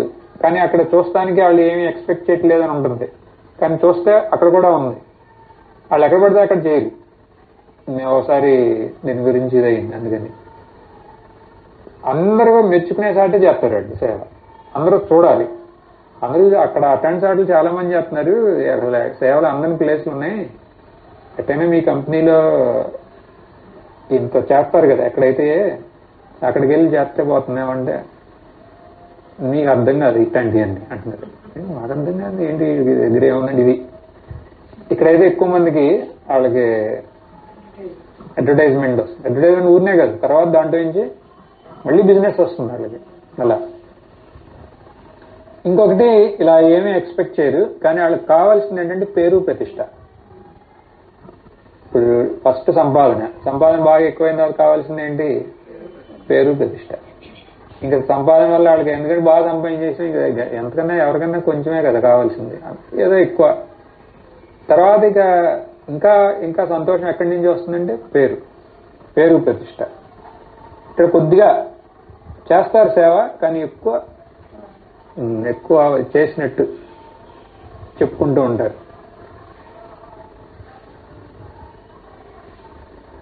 అంటే అందరూ 10 మంది మన గురించి చెప్పుకుంటూ ఉండాలి. ఇలా ఇప్పుడు ఈ లయన్స్ క్లబ్, రోటరీ క్లబ్ ఉన్నాయనుకోండి, దీంట్లో కూడా ఎక్కువ చూస్తూ ఉంటారు. అంటే వాళ్ళని తప్పు పడుతున్నామని కాదు, ఇది మనకి ఇక్కడ ఈ పాయింట్ అర్థం అవడం కోసం అప్పుడప్పుడే కొంతమంది ఇట్లాంటి వాళ్ళని బలి ఇవ్వాలి కదా. అంటే ఈ పాయింట్ అర్థం అవడం కోసం అయినా ఈ అన్నిటి వల్ల ఉపయోగం ఉంది, ఎందుకంటే ఎంతో కొంత ఏదో ఒకటి చేస్తున్నారు కాబట్టి. అయినా ఇంకోటి ఏంటంటే ఇప్పుడు ఈ లయన్స్ క్లబ్ వీటిలో కొంతమంది ఉంటారు, వీళ్ళ వల్ల వాళ్ళకి నిష్కామ సేవ జరుగుతూ ఉంటుంది. ఎందుకని, ఇప్పుడు ఫర్ ఎగ్జాంపుల్ ఇప్పుడు ఒక డాక్టర్ని తీసుకొస్తున్నారు అనుకోండి, వాళ్ళు కనుక వచ్చిన వాళ్ళందరిలో వీళ్ళు బోర్డులు పెట్టుకుని వీళ్ళు ఏదో ఒకటి పుస్తకాల్లో రాసుకుని ఏదో ఒకటి చేసుకునేవాడి.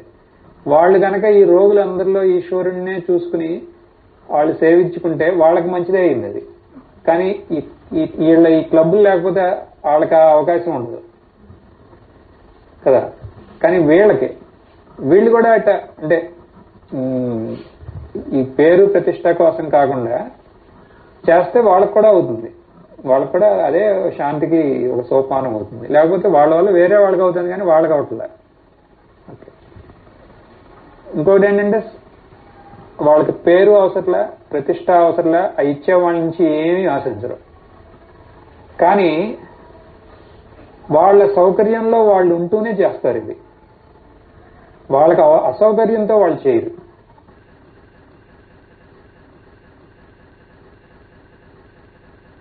ఇప్పుడు మనం సిటీస్ లో మనం వెళ్తాంటే ఎగ్జాంపుల్ ఇది, ఈ ట్రాఫిక్ లైట్ దగ్గర కొంతమంది అడుక్కుంటానికి అట్లా వస్తారు కదా, మనకి ఎదురుగుండా అలా వస్తారు.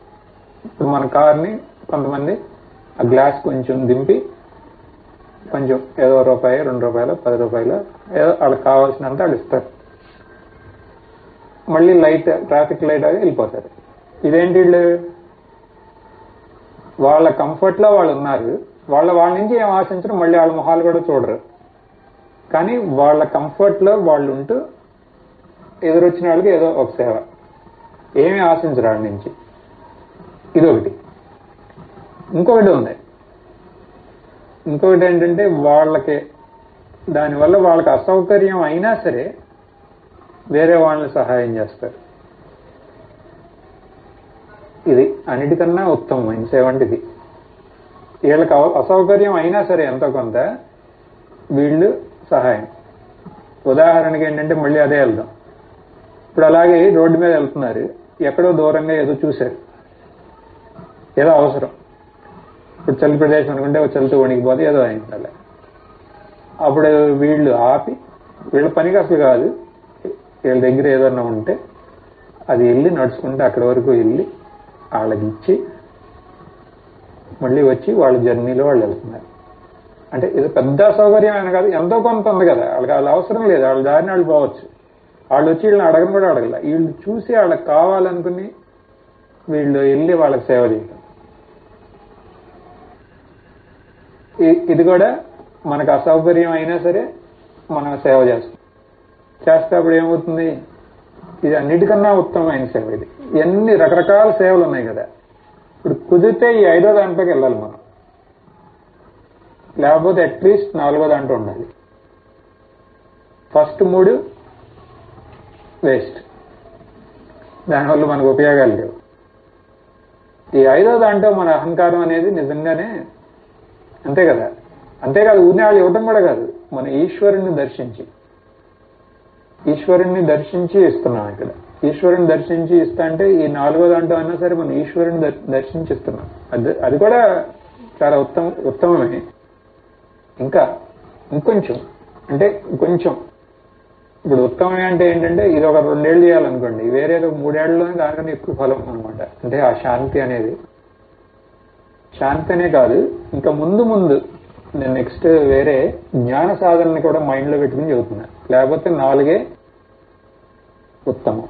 4తోనే మనకి ఇక్కడ ఈశ్వరుని చూసుకుని మనం వాళ్ళ నుంచి ఏమి ఆశించకుండా నిష్కామ భక్తిని కొంచెం ఇంకా అది వికసించి నిష్కామ సేవలాగా అయ్యిందనుకోండి, అయ్యి వాళ్ళలో ఈశ్వరుని చూసి అప్పుడే మనం శాంతి పొందుతున్నాం. తర్వాత ఏదో వస్తుందని కాదు, అప్పుడే మనం శాంతి పొందుతున్నాం. అది మనకు కొంచెం అసౌకర్యం అయినా సరే మన ఈశ్వరుడి కోసం, వాళ్ళల్లో ఉన్న ఈశ్వరుడి కోసం మనం చేయటానికి సిద్ధమయ్యాం అనుకోండి, అప్పుడు ఇప్పుడు మనం ఇట్లాంటి ఇప్పుడు భూకంపాలు ఏంటి వరదల్లో మీకు పరిచయం ఉంది. ఇక్కడి నుంచి వెళ్ళి అక్కడికి వెళ్ళి వాళ్ళకి సేవలు చేయటం, ఇవన్నీ ఏంటంటే ఇప్పుడు మనకు అసౌకర్యం అయినా సరే కదా, ఇదేంటంటే చాలా ఉత్తమమైంది అనమాట. దానివల్ల మనకి ఆ ఈశ్వర సాన్నిధ్యం అనేది సహజంగా మనలో ఉండటానికి ఇది ఉపయోగపడుతుంది.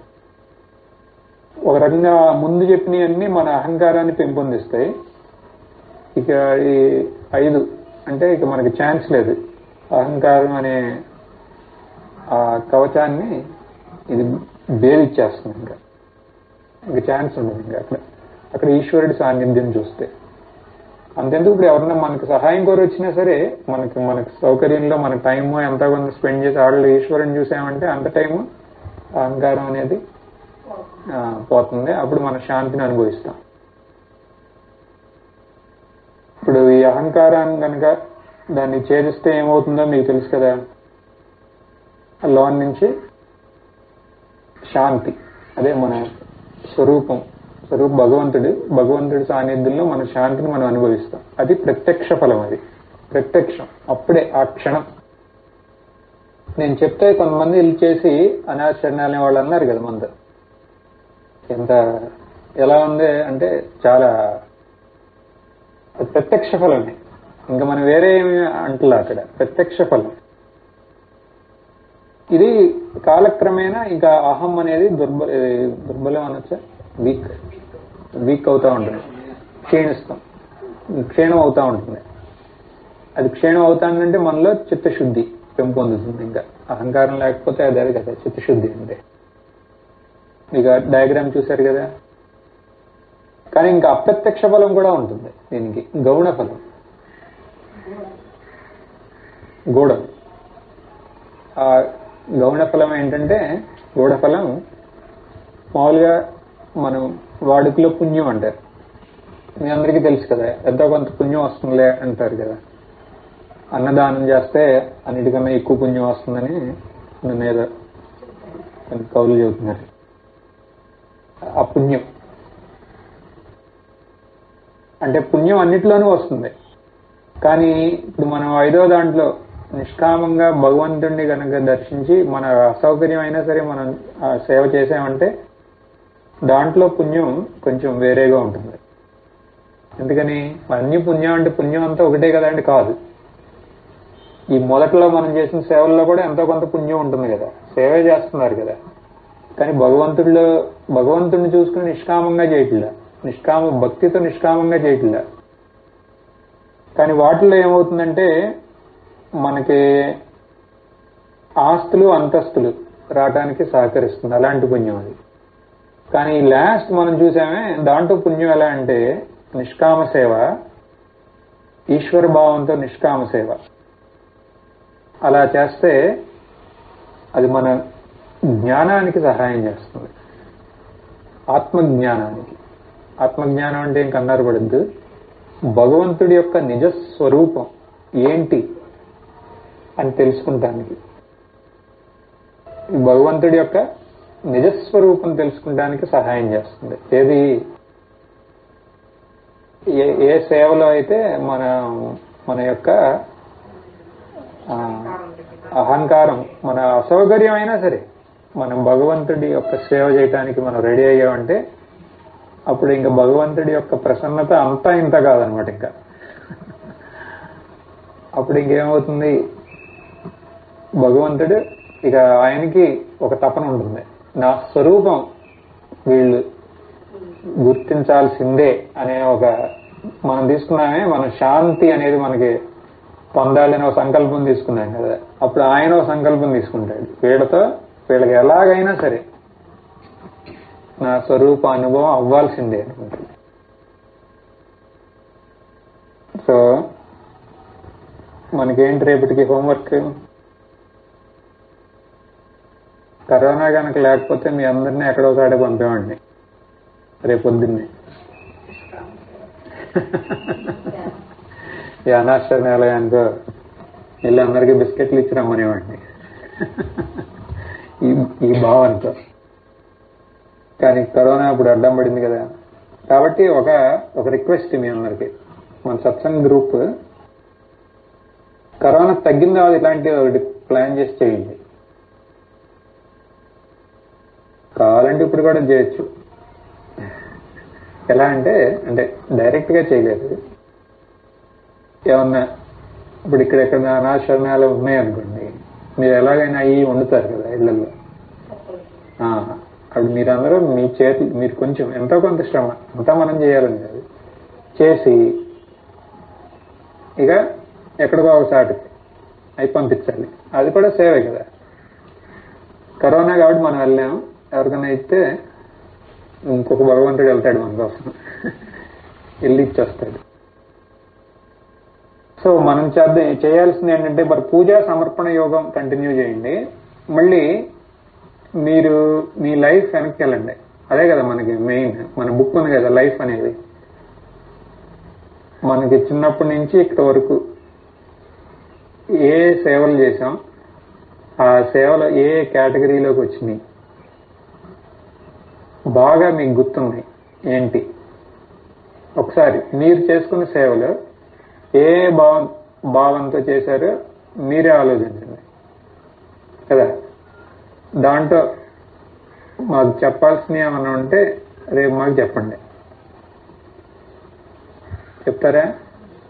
చూసి ఇప్పుడు అడగట్లా, బోల్ టైం ఉంది.